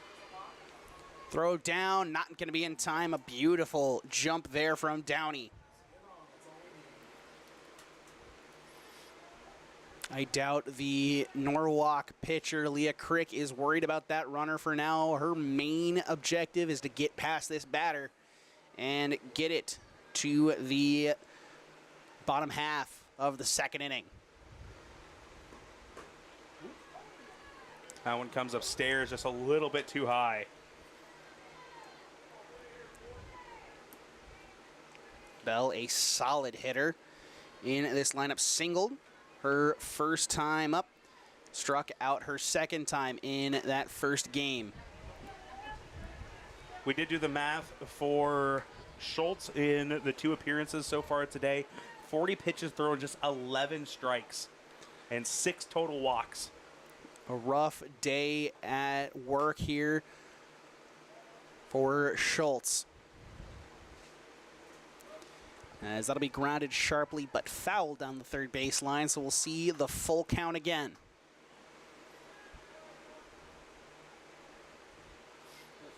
Crick, not a power pitcher, but a tricky pitcher nonetheless, as you mentioned. Yeah. Gets the strikeout looking. Bell stares at it as we go to the bottom half of the second. 3-0 Norwalk as they look to add on. It will be 9-1-2 to a Peters, Holbert, and Birmingham.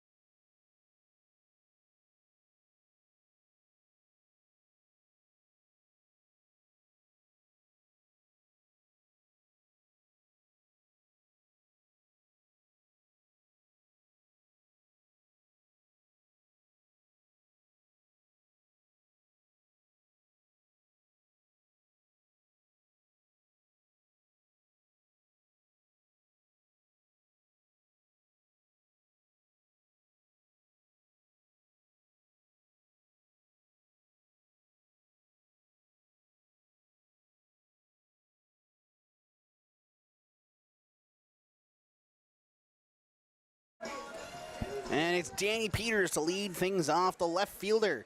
Having a great season so far. Had a sacrifice fly in game 1. And she'll single this through the hole in between third and short. So she'll reach base to set up this top of the order. And you know Holbert's going to come out a little mad after swinging through that high fastball. Couldn't lay off the pitch. And she was the only one that didn't find success against Schultz in the first inning. See what Holbert can do against the new pitcher, Sam Grip. Delivery. That'll be grounded sharply to short. 6-4 on to first, not in time. It'll be a 6-4 fielder's choice. That causes Holbert to reach. And that'll bring up Bailey Birmingham, who walked and later scored off of the single from Maddie Gullion. And if there's a competitor on this team, it is Bailey Birmingham. She is the type of player that does not like when things go bad, but doesn't let her emotions overtake her. But on the basketball court, if a call didn't go her way or someone made the mistake of making her mad, that was usually when she was going to come out and drop 30 on you. Led the state in scoring her sophomore year. As that is a beautiful snag at third that ends up being a double play. So Birmingham lines out to third, and then it's a 5-3 to get Nia Holbert, and that'll put an end to things here. It's a quick inning for Sam Grip. When we come back, it'll be 8-9-1. Tiki Bonis and Tessa Grip due up for Indianola.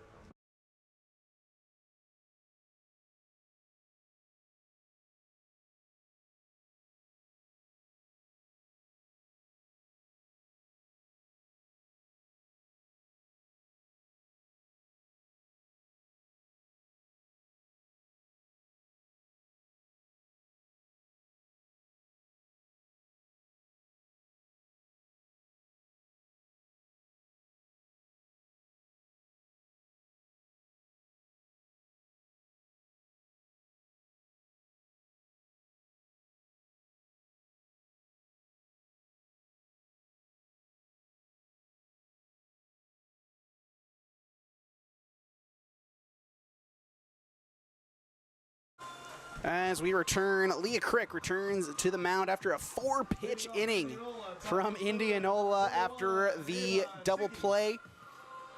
A quite hurried inning there for Norwalk. Impatient, but it did pull off a single, and Holbert was eager to get going. But now it is Ava Tiki to lead things off here for Indianola. And she'll swing through the first pitch. Tiki had her struggles, did draw a walk in game 1, but was very much struggling on the mound. And Leah Crick through 2 innings has been very effective, just 20 pitches, has been working both sides of the strike zone, and has only allowed a couple of base runners. Crick has pitched well in the opportunities we've seen her in. Has really shown why she is a sub-2 ERA pitcher, as that's another swing through, and it's 1-2.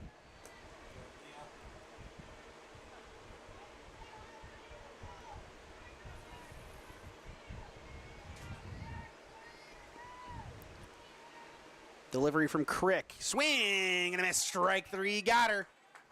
We talked early in the game that she's not necessarily a strikeout pitcher, but that's back-to-back for her. As that'll bring up Caitlin Bonis, the catcher, to the plate. And Bonis has had her work cut out for her behind the plate in both games. Lots of wild pitches, lots of steal attempts, and she has done the best she can behind the plate so far. This one will be just a tad low for ball 1. And really, she's gotten her workout in today. She's had to run after some wild pitches, but she has done so well keeping as many pitches in front of her as possible behind the plate.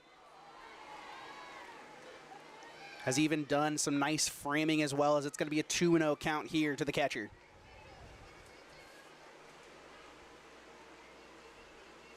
Bonus, one of those players you kind of want to come after, just a 217 hitter this year, but some good patience shown this at bat.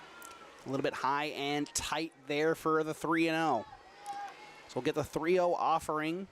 Should be taking all the way. Crick should have a free strike here. Does not take it, so it'll be a 4-pitch walk for Caitlin Bonas to set up the top of the order. Tessa Grip. Number 12, Tessa Grip. Expect they're going to bring a courtesy runner in here, and a great opportunity now for Indianola to try and get some runs manufactured. As it looks like it is number 25 coming into the game here for Indianola. That is Kendall Sandy. We did see her come in and run during game 1 as well. Courtesy runner at first base, number 25, Kendall Sandy. As Grip, her first time up, singled, and was later caught out on the double play from Maddie Gullion in right. It's not often you hear of a double play out in right field, but it can happen. Is this going to be grounded? Fisher on to second to Michael. And a great snag by Michael with that slide coming in. Definitely could have affected the play, but great job getting the lead runner. As it was a bit of a low throw, but a great job at second. Almost chucked it down to first, but Grip, plenty of speed. Wasn't going to be a play there. As now with 2 outs, it'll be Dana Blake. This won't quite catch the outside, so it'll be ball 1.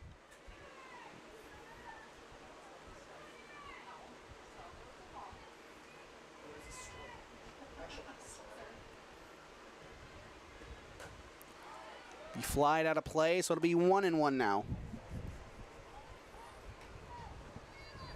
We talked coming into this game, these two teams combined for 79 home runs, number 1 and number 2 in the state in home runs, and it has been only singles. It really has been base hits that have been just hit directly to outfielders, as this is going to be exactly that. Gullion fires it back into the infield, and it'll be 2 on with 2 out with Sam Grip, the new pitcher, up at the plate, grounded out on a 3 unassisted tag from Cambry Livingston, her first time up. And Grip is the type of player that can tie this game up with one swing of the bat.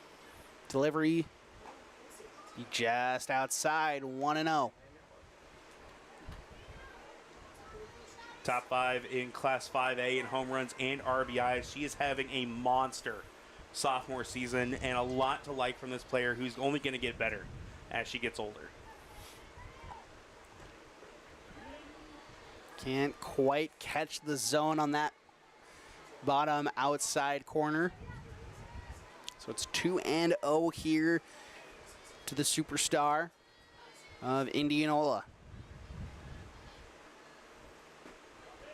This one will catch that part of the zone, though, so it's 2-1 now. Good job there trying to find that part of the zone.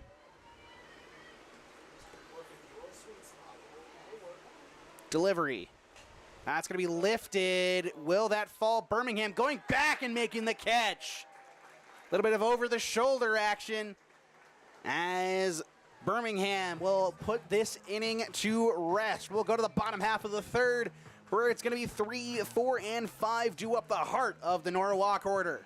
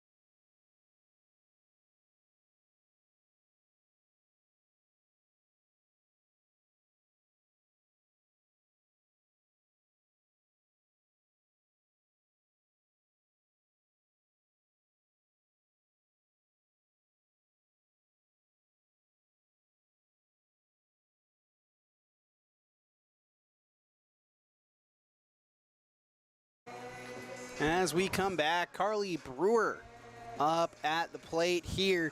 She walked and later scored her first time up.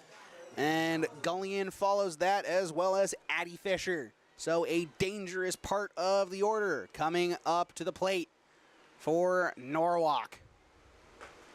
As that's going to be a first pitch strike in there to Brewer. And Sam Grip, a 4-pitch second inning. Just looking up a little bit more about her recruiting, and she's got a lot of interest from across the country. Was a second-team All-State selection as a freshman last year, and currently has interest from Purdue, Drake, Wichita State, Omaha, Creighton, Iowa State, and Missouri, just to name a couple. As it is a ground ball up the middle, snag by the second baseman Aubrey Griffin, but no throw available. The throw was on, but Brewer was too fast, managed to get on base. So it'll be an infield single as Maddie Gullion now steps up to the plate. Singled her first time up. Carly Brewer, not normally known for her speed, but well, at least on the base paths. With her fastball, it's a different story, but able to leg that one out. And Maddie Gullion, who has been red hot today, a couple of big RBI hits, including one her last time up, had 2 RBIs back in game 1 as well, and a pair of runs scored. 3 total for the game. This one's going to be grounded sharply, gets away from Schultz, but she'll just get the tag at first. So it'll be a fielder's choice. Warriors, number 20, Addie Fisher. 3 unassisted. That allows Brewer to advance to second. And now Fisher, a big opportunity with a runner in scoring position. Talked before, she's yet to put a ball in play today. She's been hit by more pitches than she's made contact with. But Fisher still has made a huge impact with those walks, just putting traffic on the base paths. As it'll be a strike in there to the third baseman. Made it all the way to third her last time up.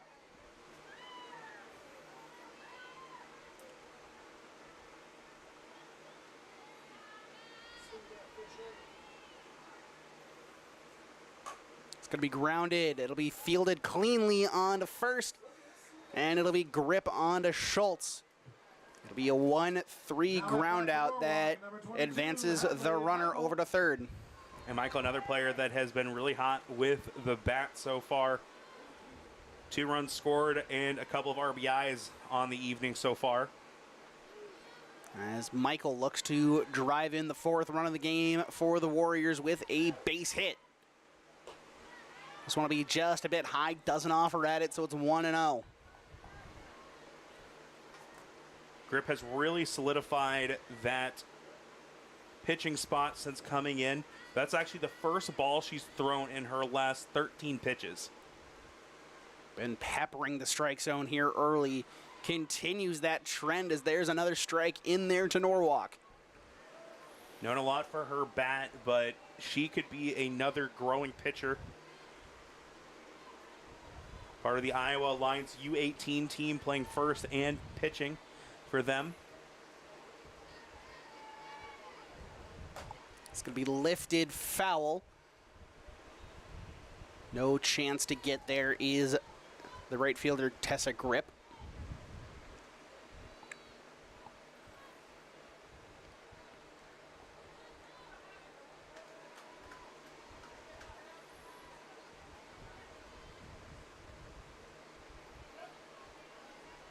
As it is a 1-2 count now to the second baseman, Hadley Michael.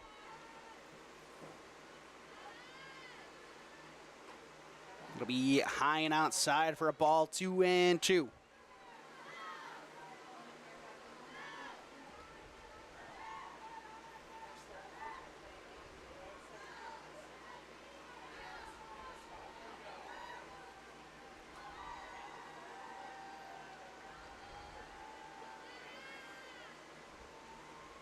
It's going to be lifted on the infield. Coming in to grab it is Griffin, and she will snag it cleanly. We go to the top half of the 4th inning. Norwalk leads 3-0. They abandon a runner on third. It'll be Geyer, Schultz, and Downey. 4, 5, 6 due up for Indianola.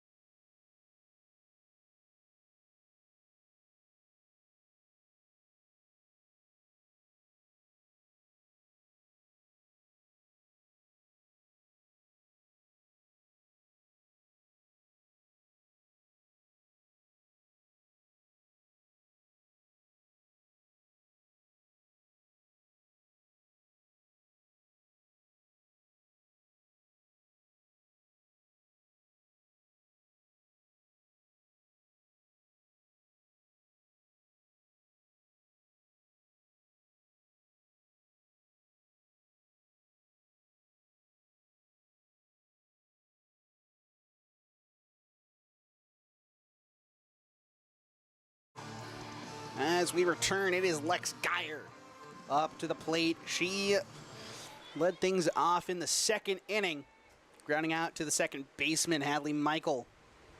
Yeah, it was part of a very quick couple of innings to begin this game. They made Crick work a little bit in the last inning, and they need some more of that here, throwing 16 pitches in the last inning after just 20 in the first two. This will be a foul tip. Looks like he caught Hook a little bit. And the last thing you want to have happen is an injury to Hook, as Garvey, we did see finally back in the last game, but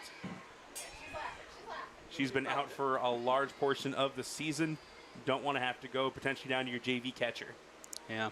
Crick immediately coming to the plate, making sure Hook is okay. They share a little bit of a laugh. So all is well and good. As Dad barely misses the zone, it's 2-1.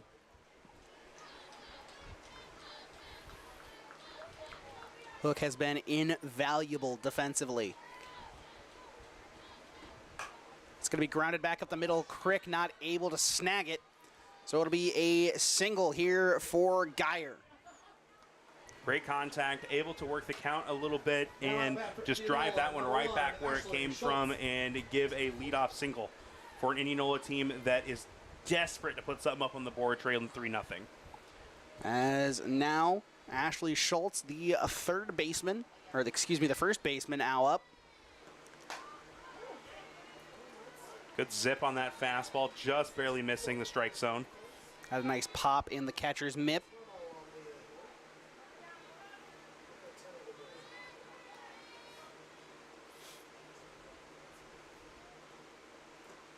This is going to be grounded sharply through the hole, and that will advance runners to first and second, station to station here. One thing to keep in mind is that if the Warriors do get in a little bit of trouble, they do have a great opportunity for Carly Brewer to still come back into this game. Only threw just over 50 pitches in 4 innings of work in the last contest. Right around 70 was her final tally. This one will go just a little bit outside, so it'll be 1-0. Indianola making Crick work, kind of playing to her contact style of pitching to their advantage. As this one's going to be lifted out to center field. Holbert giving chase. That'll drop in there. Holbert's going to snag it, throw it back in. This should score 1. And a good throw from Holbert keeps it to just that. It's going to be an extra base hit for Sully Downey, as Geyer will come across to score. That is the first extra base hit for either team in this doubleheader tonight.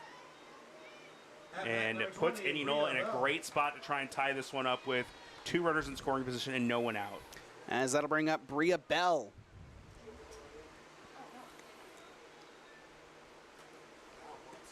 It's going to be lifted high. This will go out of play. And that's why we don't park in the parking lot right behind us. Absolutely. I do not trust baseball or softball parking lots at all. I've seen too many windshields shattered. It's going to be grounded softly foul off to the left, and it'll be a quick 0-2 here to Bria Bell. She struck out looking her last time up. See if Crick can have the same success. And this is a perfect situation if you can get that strikeout. Obviously, anytime you get something like that is big, but to put up that first out without putting something in play and bringing home that second run. As this one will go just a bit high. So Crick now working with a 1-2 count. And you need to get Bell out here. Ticky and Bonas have kind of struggled throughout most of this season with the at-bat. It's going to be lifted up, caught by Michael, no advancement. When she was moving to the side, it kind of like lost it with the pole right in front here. So I thought it came out of her glove at the last second, and I started having a mini panic attack. No, luckily we're all good. As it'll bring up Ava Ticky. She struck out swinging her first time up. Looking to avoid the same fate here in at-bat number 2. Dickey, who struggled pitching in the first game, a chance to potentially tie this game up if she can get something into the outfield to hit. As this will run outside for a ball. Fourth at bat of the game, or of the doubleheader, has 2 strikeouts and a walk. Is this going to be launched out into left field? It's left center, and this will score a run and tie the game, as it'll be another double. This one coming from Ticky.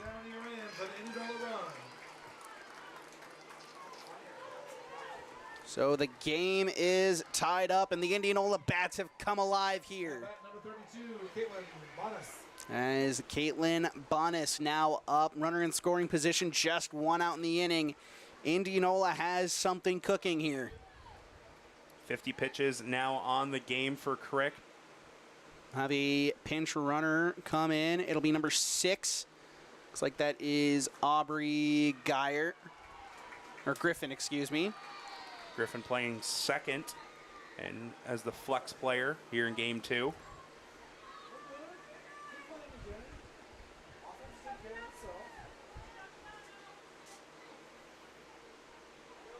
Quick confirmation, just making sure.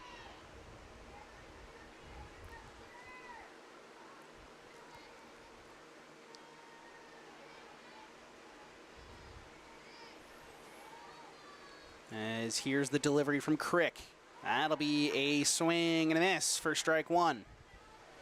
Great job taking some off there. Had Bonas well in front.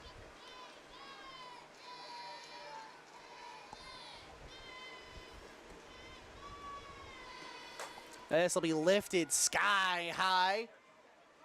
And it'll be Peters to throw it back in. Good hustle from Peters and Hulbert to be there. Top of the order for Indianola, number 12. And they need to get Grip out here with an opportunity for Indianola looking for their first lead since the first inning in game 1. So it will be Tessa Grip. Reached on a fielder's choice, as well as having a single in today's game. Takes that one in there for a strike, so it's 0-1. Beautiful pitch at the knees to get that first strike. And I'll tell you this much, it has cooled down a lot since that sun has started to set behind the clouds. That's going to be a healthy swing and a miss, so it's quickly 0-2 now.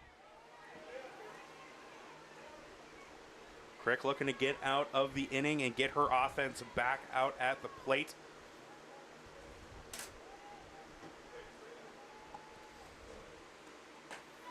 So one will run outside, and it'll be 1-2.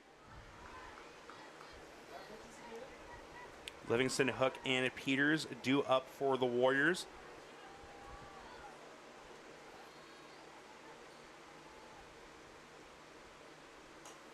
This one will be gently fouled back to the fence.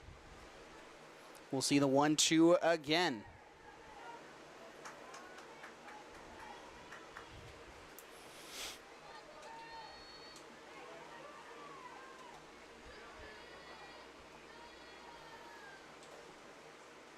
Two outs here. Crick.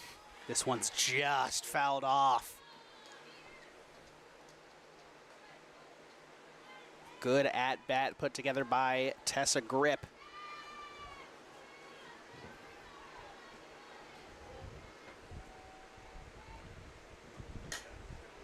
This one's going to be grounded back up the middle, and that will give Indianola the lead. A beautiful hit back up the middle. Griffin is in for the Indianola run. So that will score Aubrey Griffin, who was in for Ava Ticky. Number 23, Dana Blake. So it is now 4-3 Indianola over Norwalk. And Sam Grip has really settled down this pitching group for Indianola, and Norwalk going to have to try and get back after it offensively. Don't necessarily want to have to bring Brewer in, but if it means getting some more productivity into the lineup and a little bit less hits in on the circle, as Crick really struggling as they have kind of figured her out at this point. At bat for Indianola, Mentioned number before, 15, does pitch to Sam contact a lot, and that has been a really big thing for an offense like this.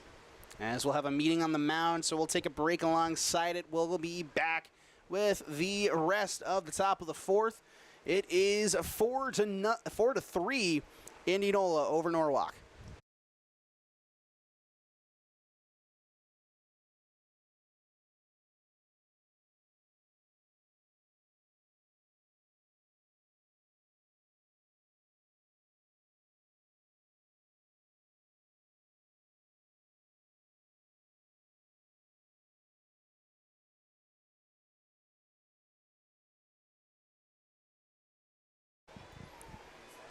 As we return, Sam Grip up at the plate. 0 for 2 in the second game of our contest. This one will run outside to the power-hitting current pitcher. And she's done a great job since coming on the mound. She's thrown 24 pitches since entering into the game and has really helped settle this team down. Now this is going to be popped sky high on the infield, and Livingston will make the grab and put an end to things here in the fourth. Crick gets through it, allows 4 runs, and it is a beautiful inning for Indianola. It is a nightmare inning for Norwalk. When we come back, it'll be 7, 8, 9 due up for the Warriors, as it'll be Livingston, Hook, and Peters.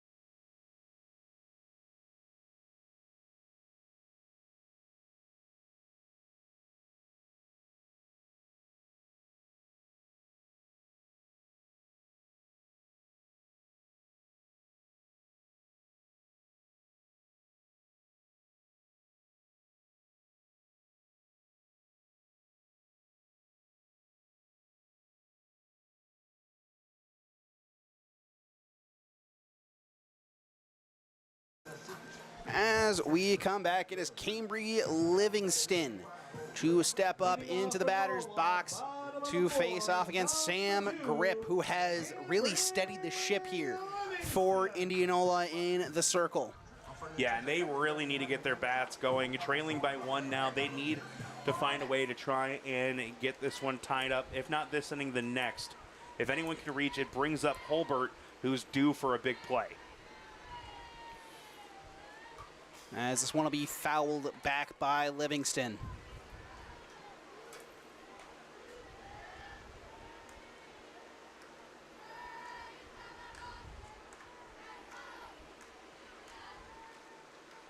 Two and 2/3 pitched so far for Grip. That's just the 25th pitch she's thrown, compared to 24 in a third of an inning thrown by Schultz earlier. This one will be pumped in there for a strike, so it is 0-2 very quickly here.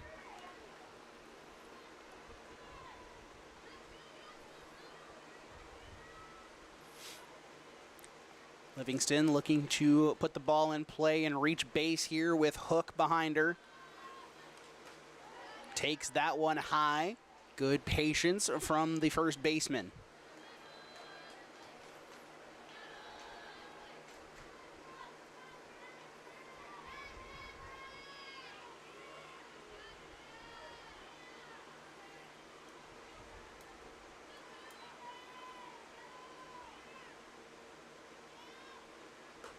And that's a big swing and a miss from Livingston. A big strikeout here for Sam Grip. For the Warriors, number 9, Haley Hook. A strikeout swinging to go with a strikeout looking, as it looks like that might end it here for Grip, depending on what this conversation between coach and umpire is. Yeah, we got 3 full innings now for Grip. As now coming in to pitch will be Ticky. And I wonder if they maybe have Grip on an innings restriction. That's why we haven't seen her more this season. But I don't know. It's a huge move to take Grip out after she's pitched so well. And Grip will come back in to take over first base, I believe. Don't want to risk losing that bat. Yeah, I don't think there's going to be anything in terms of her leaving this contest permanently. But yeah, very interesting decision here to bring Ticky in. Struggled for a long stretch during that first game, and now that you have a lead, you think you would stick with the hot hand, but this is why I'm an announcer, not a coach. Very true. So Grip will go back to first. I believe Schultz should go back to designated player, and Ticky will take over the pitching spot. When we come back, it'll be Haley Hook and Danny Peters guaranteed at bats, with Nia Holbert waiting in the wings.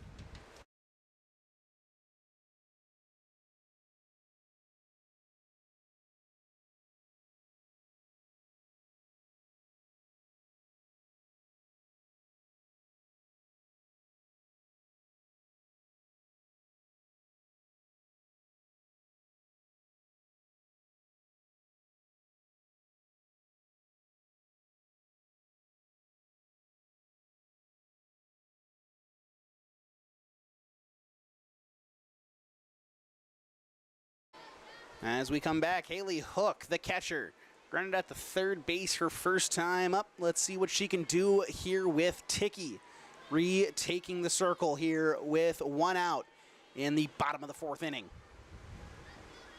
So as of right now for Grip, through 27 pitches, 2 strikeouts for her, no runs attributed to her.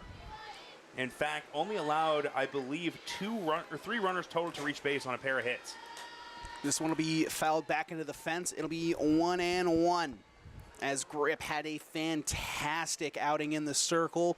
Can't imagine it would be anything other than an innings restriction that is taking her out of the game.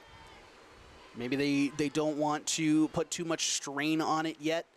Maybe waiting until next season.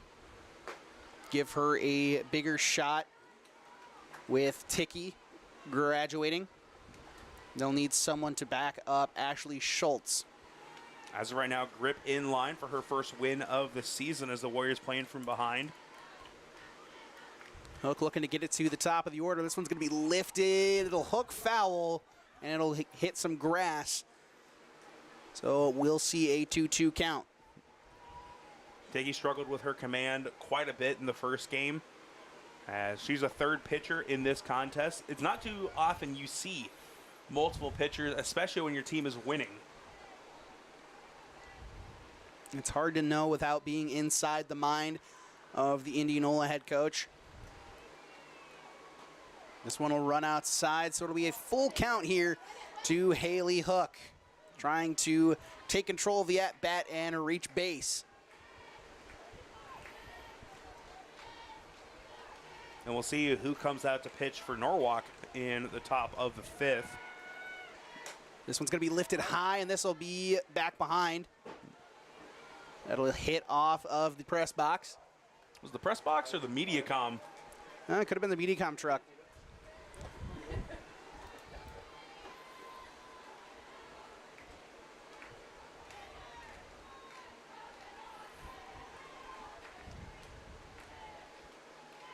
Delivery, and that'll be inside for a ball. Hook draws the walk.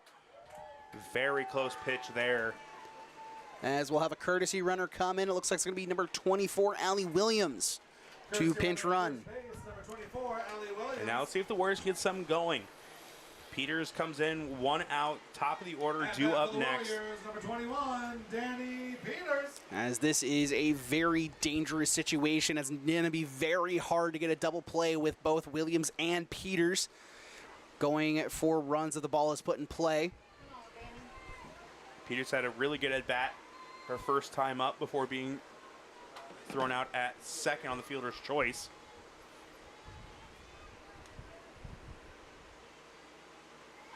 This will be popped sky high and caught behind the plate. Looks like a bit of a swinging bunt that is popped up and caught by Peters, or excuse me, by Bonas. Top of the order for the Warriors at bat number 15. But now Nia Holbert has the opportunity with one swing of the bat to take the lead right back for Norwalk. And the Warriors still without an extra base hit in this game. This could be a huge situation for Holbert as she puts one to the fence, and that should be enough to tie this game up.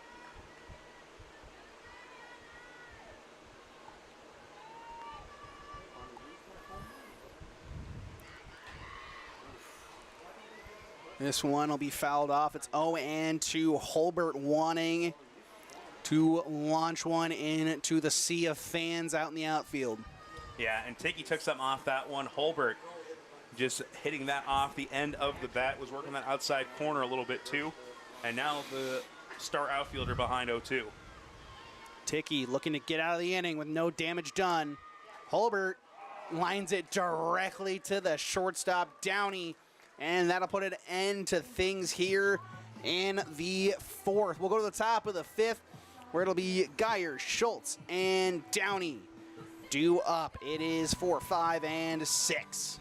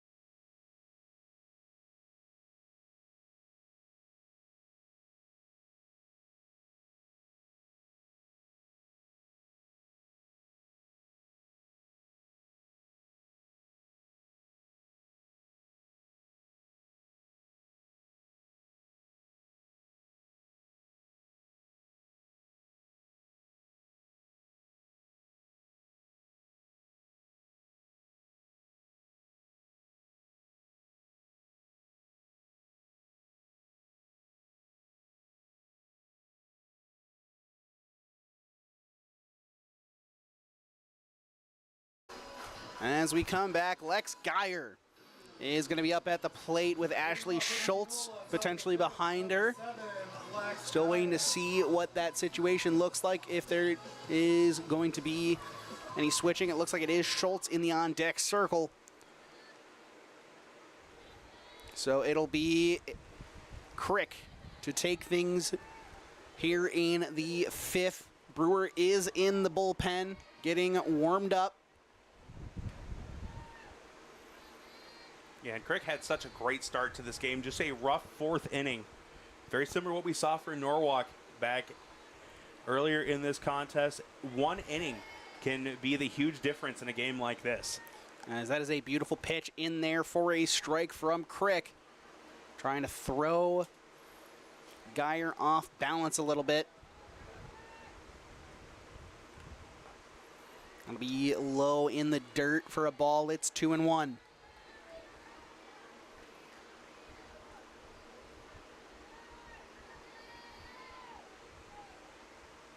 Delivery. That'll be high and tight for a ball. It's 3-1 now.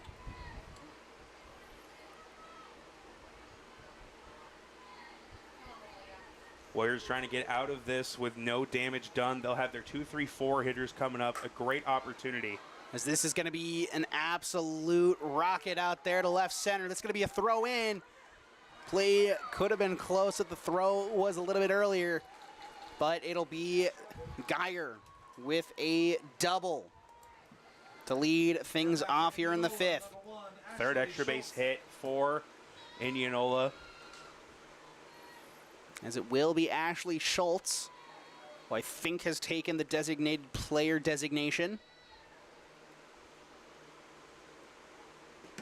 It's going to be grounded back on the middle. Good stop by Crick. Throws it on to first in time. Crick to Livingston out at first. At bat number 3, Sully Downey. As now up is Sully Downing with a runner at third base. And Downey had that first double in the last inning, and another big situation trying to provide an insurance run. That's going to be launched out there to left field. Peters is there. Caught, and the throw in. It'll be cut off by Fisher. A run will come across the score, and Indianola will extend their lead on the sacrifice fly. And that's exactly what they needed Downey to do. Put something out into the outfield. Bring that run home for that insurance run. As it'll be Bria Bell coming up to the plate now. Popped out to second. Her last time up, her first time up, she struck out looking against Crick to end things in the second. That'll be a ball in the dirt, 1-0. Looks like Brewer done warming up, so she is ready to go if/when Norwalk needs her. But rolling with Crick, hoping to get out of this inning and provide some more run support. Delivery. That'll be a bit high, 2-0. 69th pitch of the evening for Crick.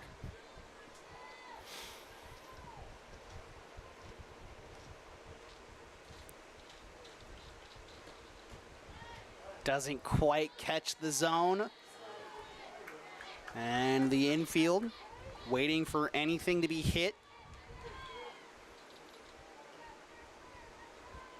Bell looking to put something in play, get on base.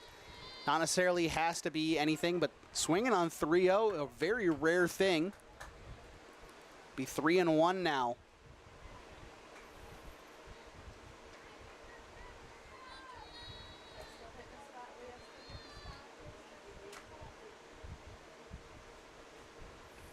Crick.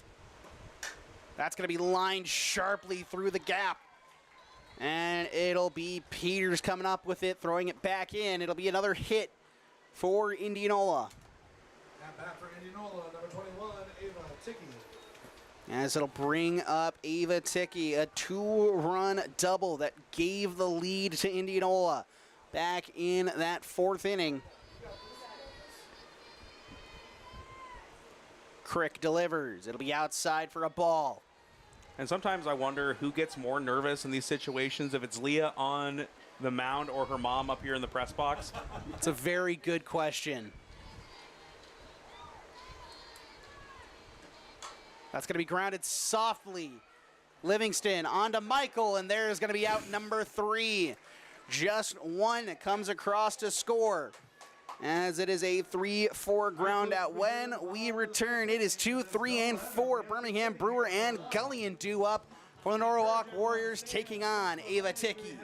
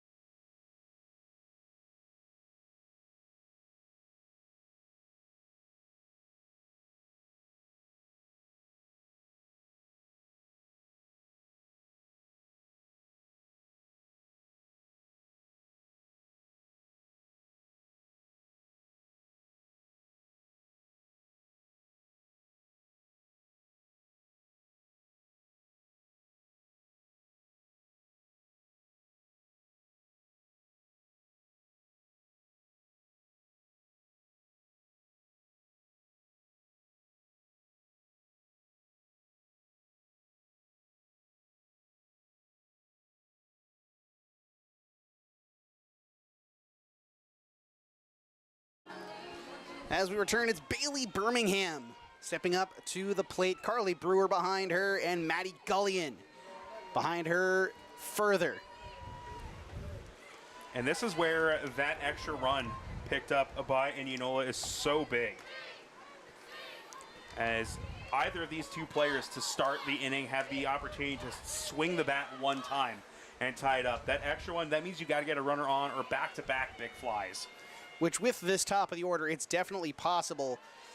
But with how Ticky's pitching in this second time out there, or the second game, I should say, it's her third time taking to the circle, has pitched well. Just 2/3 of an inning, but still, looks like she has managed to get her control under control. Yeah, and one of the big things is that Norwalk, with as much power as they have, they've not been able to showcase it. Indianola, even with their struggles with their command, have pitched to contact, but have kept things on the ground. They haven't given them the opportunity to put the barrel of the bat and get something they can drive. As it'll be a walk here to Birmingham, and that sets up Brewer. Bailey takes her base. Now at bat number 3, Carly Brewer. And Brewer has been a hot bat as of recent. 1 for 1 in this game with a run scored. Was stranded at second her last time up, and they need something big from the top of the order this time through. It's going to be grounded sharply onto first. Not going to be in time. An attempted recovery there by Sam Grip. Bobbled it. Just not in time. Give that an infield single. Yeah, and that was a great throw from the shortstop, Downey. She's been excellent both offensively and defensively here in the second game. And now Gullion, a beautiful chance. If she can put a big fly out there, which she has had a couple round trippers this season, would give the lead back to Norwalk with the opportunity for Brewer to possibly slam the door. That's going to be lifted high, not quite deep enough. It'll be caught out there in center. But tagging up is Birmingham in there safely. A great throw over to third. And you would have liked something that Gullion could have put on the ground to try and bring that run home, but Fisher, an opportunity now with runners in the corners. Addie Fisher so far today, a walk and a ground out to the pitcher. Have some competition here tonight as both KNIA and Mediacom are here. So thank you to everybody that is choosing to watch us here tonight. This is going to be grounded in there, and this should score Birmingham. What is it with Bailey Birmingham and wild pitches here tonight? And Birmingham is in. Does it have something to do with the Chiefs' black magic? Maybe. It might have crept its way up to Norwalk, Iowa. Well, you see, we're in that sweet spot. The black magic coming over from the Indiana Pacers. Yeah. Rest in peace, Tyrese Halliburton's Achilles. Yep. Had to be sacrificed because of how many curses he used. Well, see, both of them ended up losing the championship. So, they just didn't have enough to get over the hump. Yeah. As this one will be a 2-0 count here to Addie Fisher. Please pay no mind to us. We're both idiots. And I chipped in by ripping mine. As Fisher takes one outside, it's 3-0. Ticky losing control a little bit, might have something to do. No, it's 2-1, excuse me. Don't know where the strike call was. But this one's going to be fouled into the parking lot. 20th pitch from Ticky. We have only seen Fisher put the ball in play once on a ground out back to the pitcher. I believe that was when Grip was still in. Fisher looking to put something into a gap. At least shoot one back up the middle. This will be fouled back to the fence. It'll be 2-2 again. So nice. We'd like to see it twice. Base hit might be enough to score. Brewer from second with Hadley Michael on deck. If nothing else, getting on base to get it to Michael would be huge. This one's going to be lifted, but it will go foul. Good power behind it, but just need to straighten it out a little bit little late on the swing there, making Ticky work with the 2-2 count. Norwalk has plated one so far in the inning, looking to plate a second to tie things up here in the 5th inning. Looking to go to the latter stages of the game. Tied up as that's going to be a swing and a miss from Fisher. Big strikeout there for Ticky. And back for the Warriors, number 22, Hadley, Michael. But now it brings up Michael, 2 outs, runner in scoring position. I don't know if you can really afford to leave Brewer out there on second. It's been good pitching here in game 2. After that disastrous first inning, is going to be grounded to second, on to first in time. Great play by Griffin, as we'll head to the top half of the 6th. Norwalk plates one. It's 5-4. When we come back, it'll be 9-1-2. Bonis, Tessa Grip, and Dana Blake.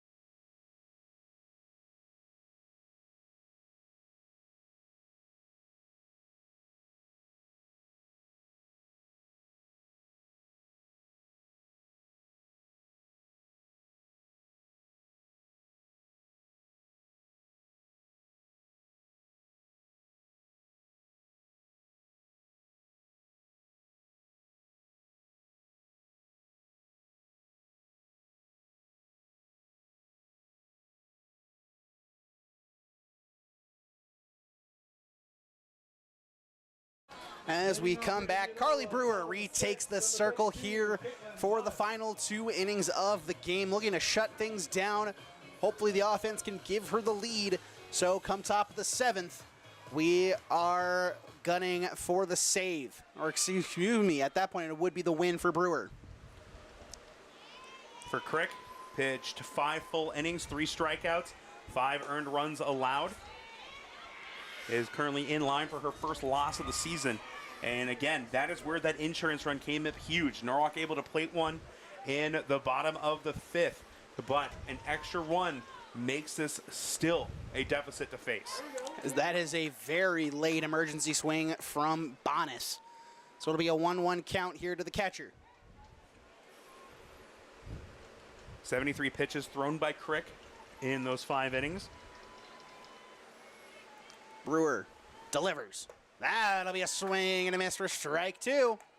And there's such a change. When you bring Brewer in relief, Crick, who has been pitching to contact, and Indianola has just been able to get some good swings on there, you come out with that fastball. It is such a change in speed that it's tough to make up that difference.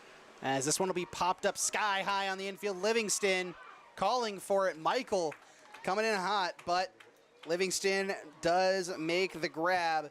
So it'll be a pop out to the first baseman. It'll bring up the top of the order, Tessa Grip, who is currently 2 for 3 so far today.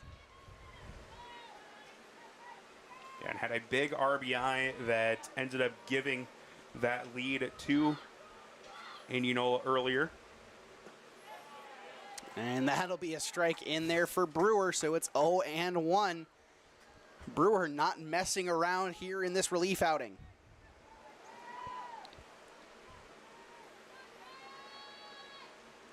Swing and a miss, strike 2. She had 7 strikeouts and 4 innings pitched in the first game today, and even with throwing around 70 pitches, she has not lost any zip on that fastball after a quick warm-up last inning. And that is going to be another strikeout. That is a 3-pitcher. Brewer with a strikeout. As 1, 2, 3 to Tessa Grip. It's now Dana Blake, who is also 2 for 3 so far today. Yeah, she's had an excellent game with the bat and has made some key throws from the outfield to keep runners close.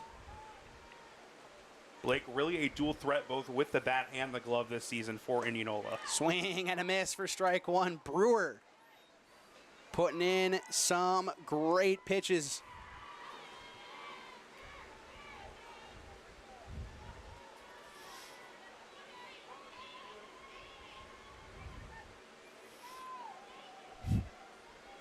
The flamethrower delivers, and it's another strike in there. It's 0-2 again.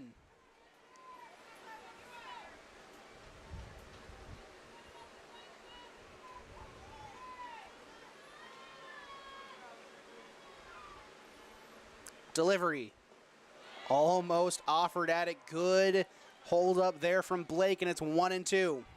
Threw a ball on her first pitch, then 8 straight strikes before that ball, but still had 1-2 in the count, trying to get another punch out to end this at-bat opportunity for the Indians.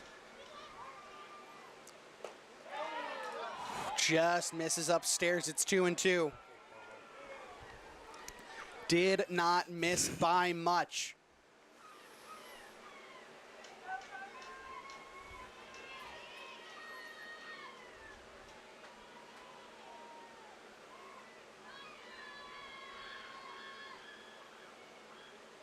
That'll be outside for a ball. It'll be a full count here as Brewer looks to end the inning here against Dana Blake, not let Sam Grip have an opportunity. Big payoff pitch here. If I'm Norwalk, I'm throwing fastball in a spot right at the knees. This one going to be fouled off, hits the top of the fence. We'll see the payoff pitch yet again.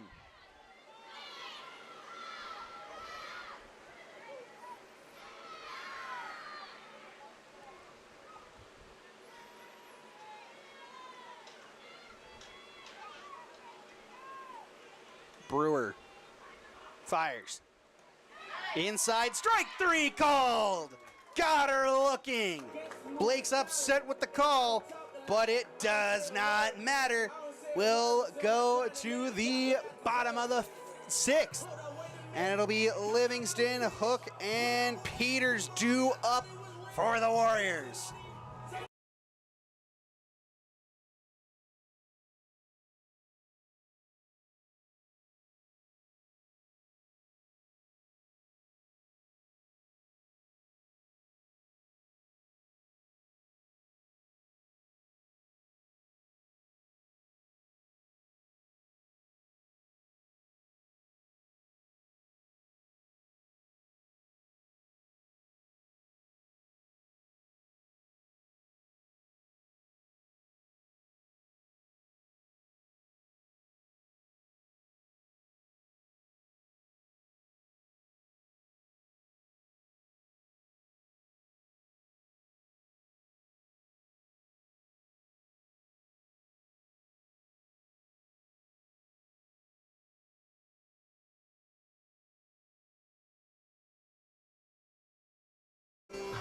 As we come back, it is a pinch hitter in for Norwalk. It is Haley Karnatz. Bottom of the 6th, number 11, Haley Karnatz. She is pinch hitting for Cambry Livingston at first.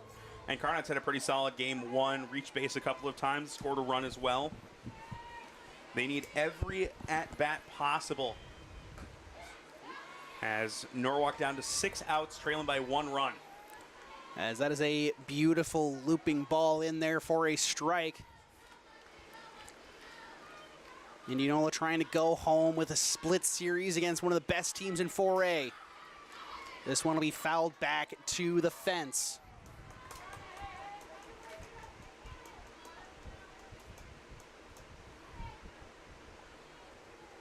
He allowed that 1 run in the previous inning.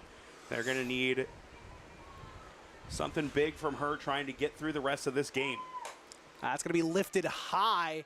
It'll be playable for the left fielder running in. So it'll be an F7, as that is going to be Lex Geyer coming in. Norwalk, number 17. And Hayden Clausen going to pinch hit here as well for Haley Hook. Clausen just her 8th at-bat of the season, a .375 hitter in her opportunities, though. So the sophomore earning a spot here in a pivotal moment.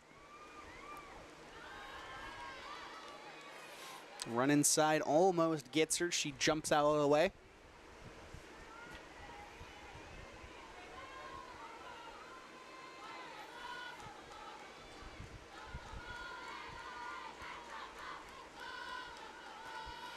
That'll be a strike in there.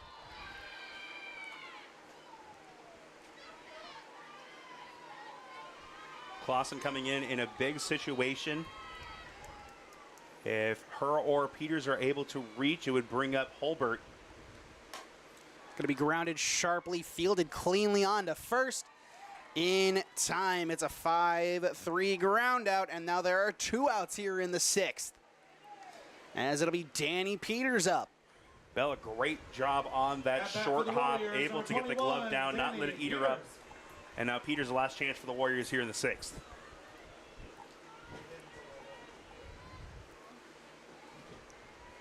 If she can reach any extra base hit, should be enough to score her. So it'll be lifted, and it'll be caught out there by Geyer. It is a 3-up, 3-down situation, as we'll go to the 7th. Brewer will face off against the heart of the Indianola order, 3, 4, and 5. Grip, Geyer, and Schultz when we come back.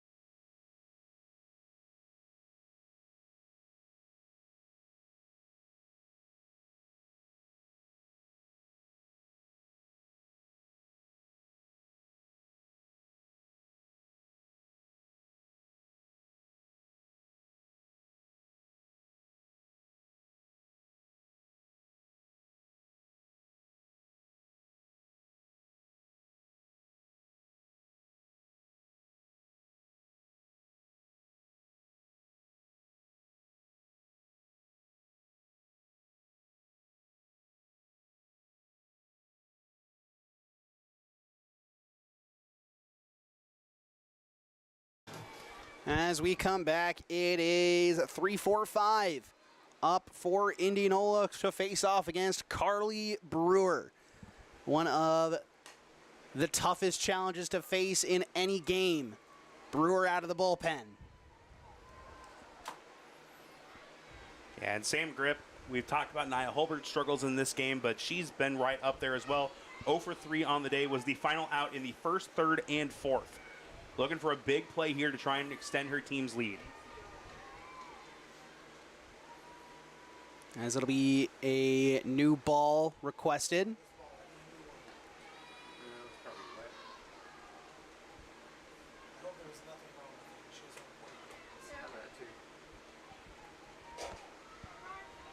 As control given back to Brewer. Delivery. That'll hit. Sam Grip on the ankle. So that'll be a base runner here. And, you know, honestly, with Grip's ability, that's not the worst situation. But I think that, I don't know if Carly just had an out against the Grip girls today, as she's now hit both of them with a pitch. At least this one was not in the head. Yeah. As this will bring up Lex Geyer, a very dangerous batter. This one will run a bit tight. Maybe the city of Indianola did something to Carly Brewer here. Been pitching them very close. Just misses that outside part of the plate. It's 2-0.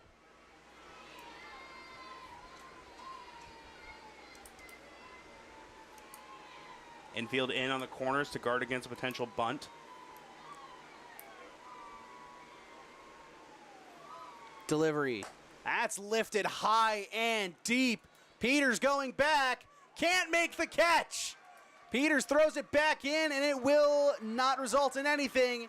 It is a double for Lexi Geyer. 3 straight hits for her, including back-to-back extra basers. Geyer, a huge ride on that one. Now Indianola in big business. No one out, runners in scoring position against one of the best pitchers in the state. That one definitely had a chance to go. I think earlier today, if that ball's hit, that probably does go with the heat. And they're going to intentionally walk Schultz here. Make it a force out at home. I don't hate the decision. But it does bring up Sully Downey, who's got 2 RBIs. Including a sac fly. Entire infield in for a potential play at the plate.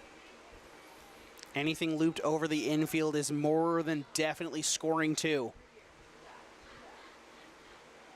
Has to be on the ground. That'll be up into the fence. And Downey coming out swinging away.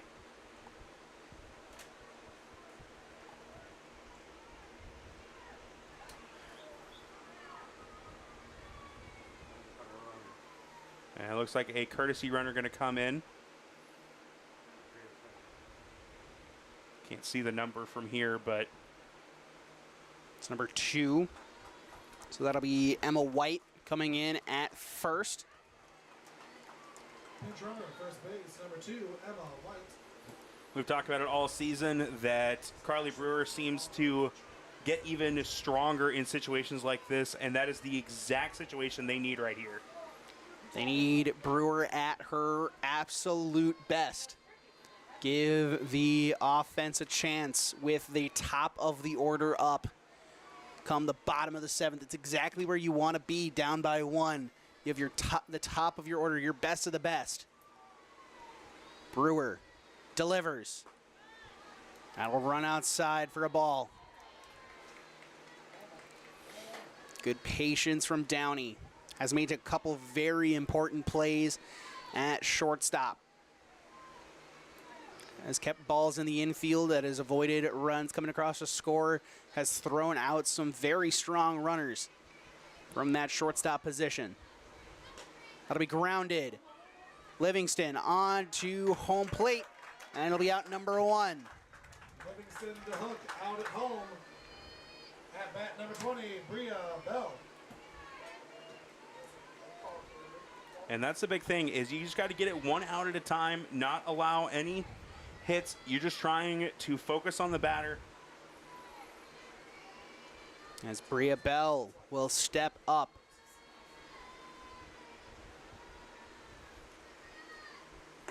That'll go high. Good snag by Hook there.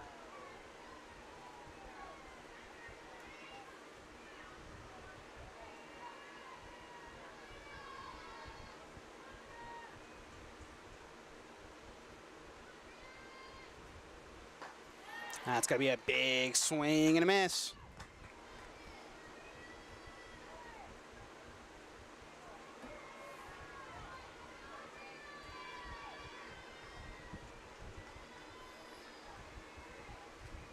One and a 1. Brewer delivers. Just high. 2 and 1.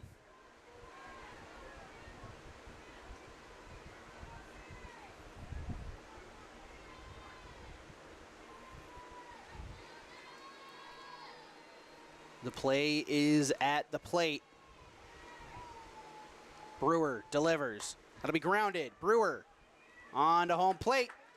It'll be in time, so it'll be another ground out. It'll be a 1-2.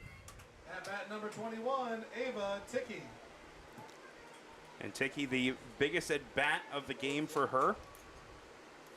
Hit that 2-run double in that 4th inning. As now there's going to be a meeting on the mound. We'll take a break alongside. We'll come back to you with potentially the final at-bat of the top of the 7th.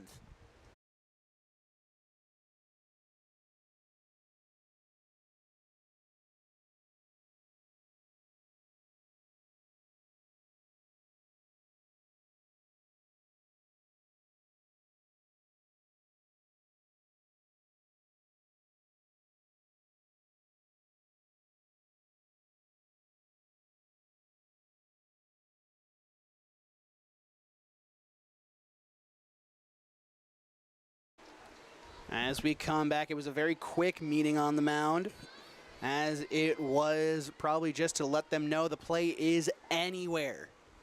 It's going to be lifted. Hadley Michael on to first in time. Brewer gets out of it. What an comeback from Carly Brewer in this defense. 3 straight outs to not allow a run, and now an opportunity for this team to walk off here in the bottom of the 7th. As we are ready, it's going to be 1, 2, and 3. The 3-headed monster at the top of the order will come up to bat here in the bottom of the 7th when we come back.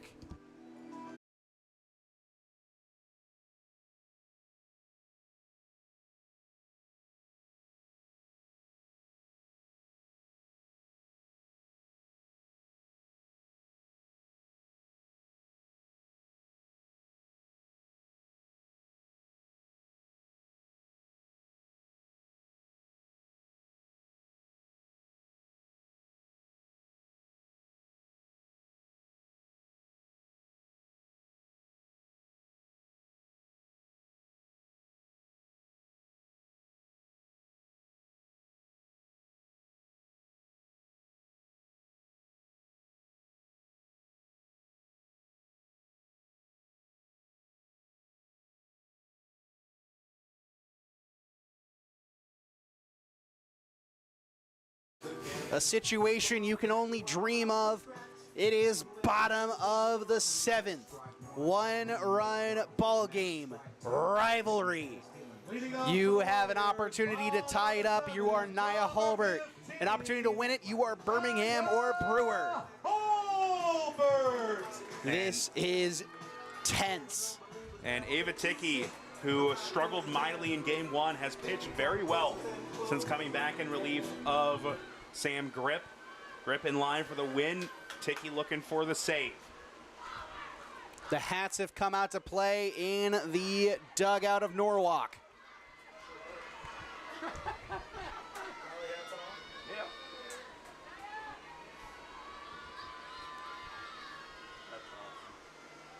The dugout has the rally caps. Hulbert grounds it and will reach. It'll get past the second baseman, Griffin. One runner is on, and it's Birmingham at the plate. At bat for Norwalk, number 14, Bailey Birmingham. Birmingham can win this with one swing of the at-bat. You want her to show a little bit of patience here. And she did lay down a couple of bunt opportunities in game 1, both of which caught Indianola by surprise, but I would expect they're going to let her swing away. Yeah, you got to think that Indianola is a little bit more prepared for a surprise bunt or a drag bunt. A big swing there, just got in on the hands. Birmingham wants to win this. Carly Brewer came in and pitched a couple of great innings. Bases loaded, no one out situation, got 3 straight outs to give Norwalk this opportunity, down 1. Delivery, Ticky wants it again and just fouls it straight back. Every time she swings the bat. The heart drops a little bit as you think it's going to be launched into left center field over that yellow lined fence. The wind is absolutely not a factor right now. The flag in center field is dead still. If this would leave, it is all Birmingham. And that'll come in and nearly hit her. She ducks out of the way. See, that's one where you just gotta take one for the team there. Maybe you pull a Rizzo, you just show the broadside of the back. Drop down in immense pain. Yeah. Pretend Really- it's soccer. Really sell it. Grounded sharply. Leaving coach spinning at the third base bag. Extra base hit likely ties this game. Norwalk, no extra base hits in either game tonight. I cannot stress that enough of how well Indianola, even in the 11-1 blowout, have pitched to contact and not allowed this power to show through for the #1 home run hitting team in the state. Neither team has a home run on the night. Bailey Birmingham looks to change that number to 1. It'll come in, and it'll hit her. So it'll be 2 on. Birmingham. Nobody out. At bat for Norwalk, Carly number Brewer 3, at the Carly plate. Brewer.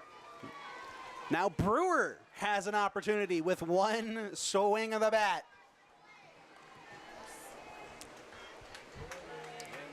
And it's going to be a meeting on the mound, an important one here for Indianola.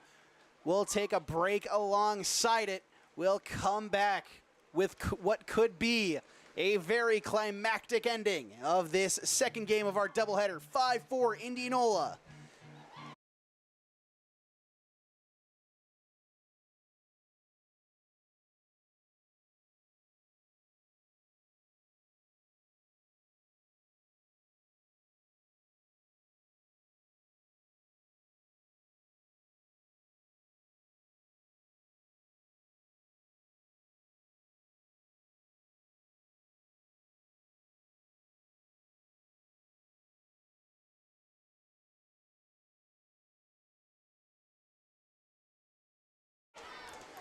Carly Brewer at the plate, nobody out. Runners on first and second. Delivery from Ticky. That's going to be lifted foul. It'll make its way almost out of play to land just next to the fence. And fantastic hustle from the right fielder. That almost turned into a big out. And by Tessa Grip, the right fielder, both of the grips have been phenomenal in this doubleheader. Brewer can tie it with a single, possibly win it with an extra base. The hearts are pounding up here in the booth. The nerves are high. Norwalk trying to win this. It'll find its way on the corner of the zone. It's 1-2. The dugout wants this. Brewer trying to show some patience. Does she have any more late game heroics in her? She had some in the circle. She'll take this one. It'll be a back pick. It will not be in time. And Holbert, will move up to third. Game tying run 60 feet away. An error at first by Grip. An excellent job by Birmingham. I think she kind of baited the throw there, just standing. She's been doing that a lot. Yeah, she's just standing there, menacingly. Brewer. Big hole up the middle. Calls time. Carly usually gives us anxiety in the circle, but I don't like it when it's at the plate. I don't like it when it's in the circle either. Anxiety's bad for you. That'll be outside, and it'll be a full count here to Carly Brewer. and I'm wondering if they send Birmingham here. Birmingham's got plenty of speed. And a throw down probably scores Holbert. Yeah, it could be a double steal opportunity. This is lifted high, deep, but it's going to be caught out there. It'll be an opportunity to tag up. Holbert scores! Tie game! Great piece of hitting by Carly Brewer. tie this game up. And now the game-winning run also advances to second. Number 18, Matty Gullion. And now it's Gullion. 1 out. 1 for 3 in this game, went 1 for 2 in the previous game. 3 RBIs total. I wonder if they look to Walker. I think that might be a conversation happening here. Unless, are they potentially bringing? Yep, they're going to bring Grip back in. They are bringing Sam Grip back into the game for this potential final at bat. We will be back. It's 5-5 here in Norwalk. Grip coming into the game.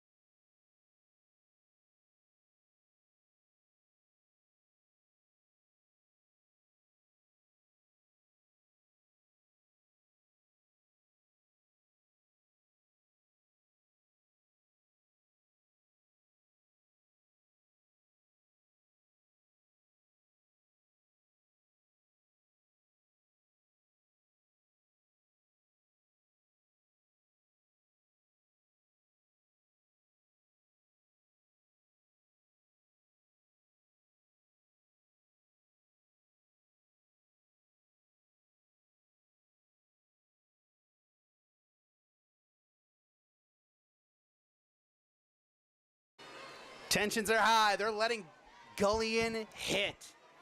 I'm really interested to not intentionally Walker. Try to go after the bottom half of this order. It'll be grounded. It'll be mishandled. They're going to send the runner. They didn't notice. It's game. Bailey Birmingham scores. Norwalk wins. An error at second base ends it. Wow. And that will bring your game to The Norwalk Warriors win 6-5 in walk-off fashion. What a game. I believe that is the first walk-off game we've ever had here on Pardon My French. And I got to give credit to Indianola after the blowout way they've lost their last 3 games. A great comeback for them. Even though it ends disappointingly, it is still a fantastic game for them to hold their heads high going into the last couple of weeks of the regular season, as we should get the regional pairings coming out tomorrow, I believe. Yeah, and as we leave on the celebration of the 20th anniversary, Norwalk sweeps their rival Indianola 11-1 and then 6-5 in walk-off fashion.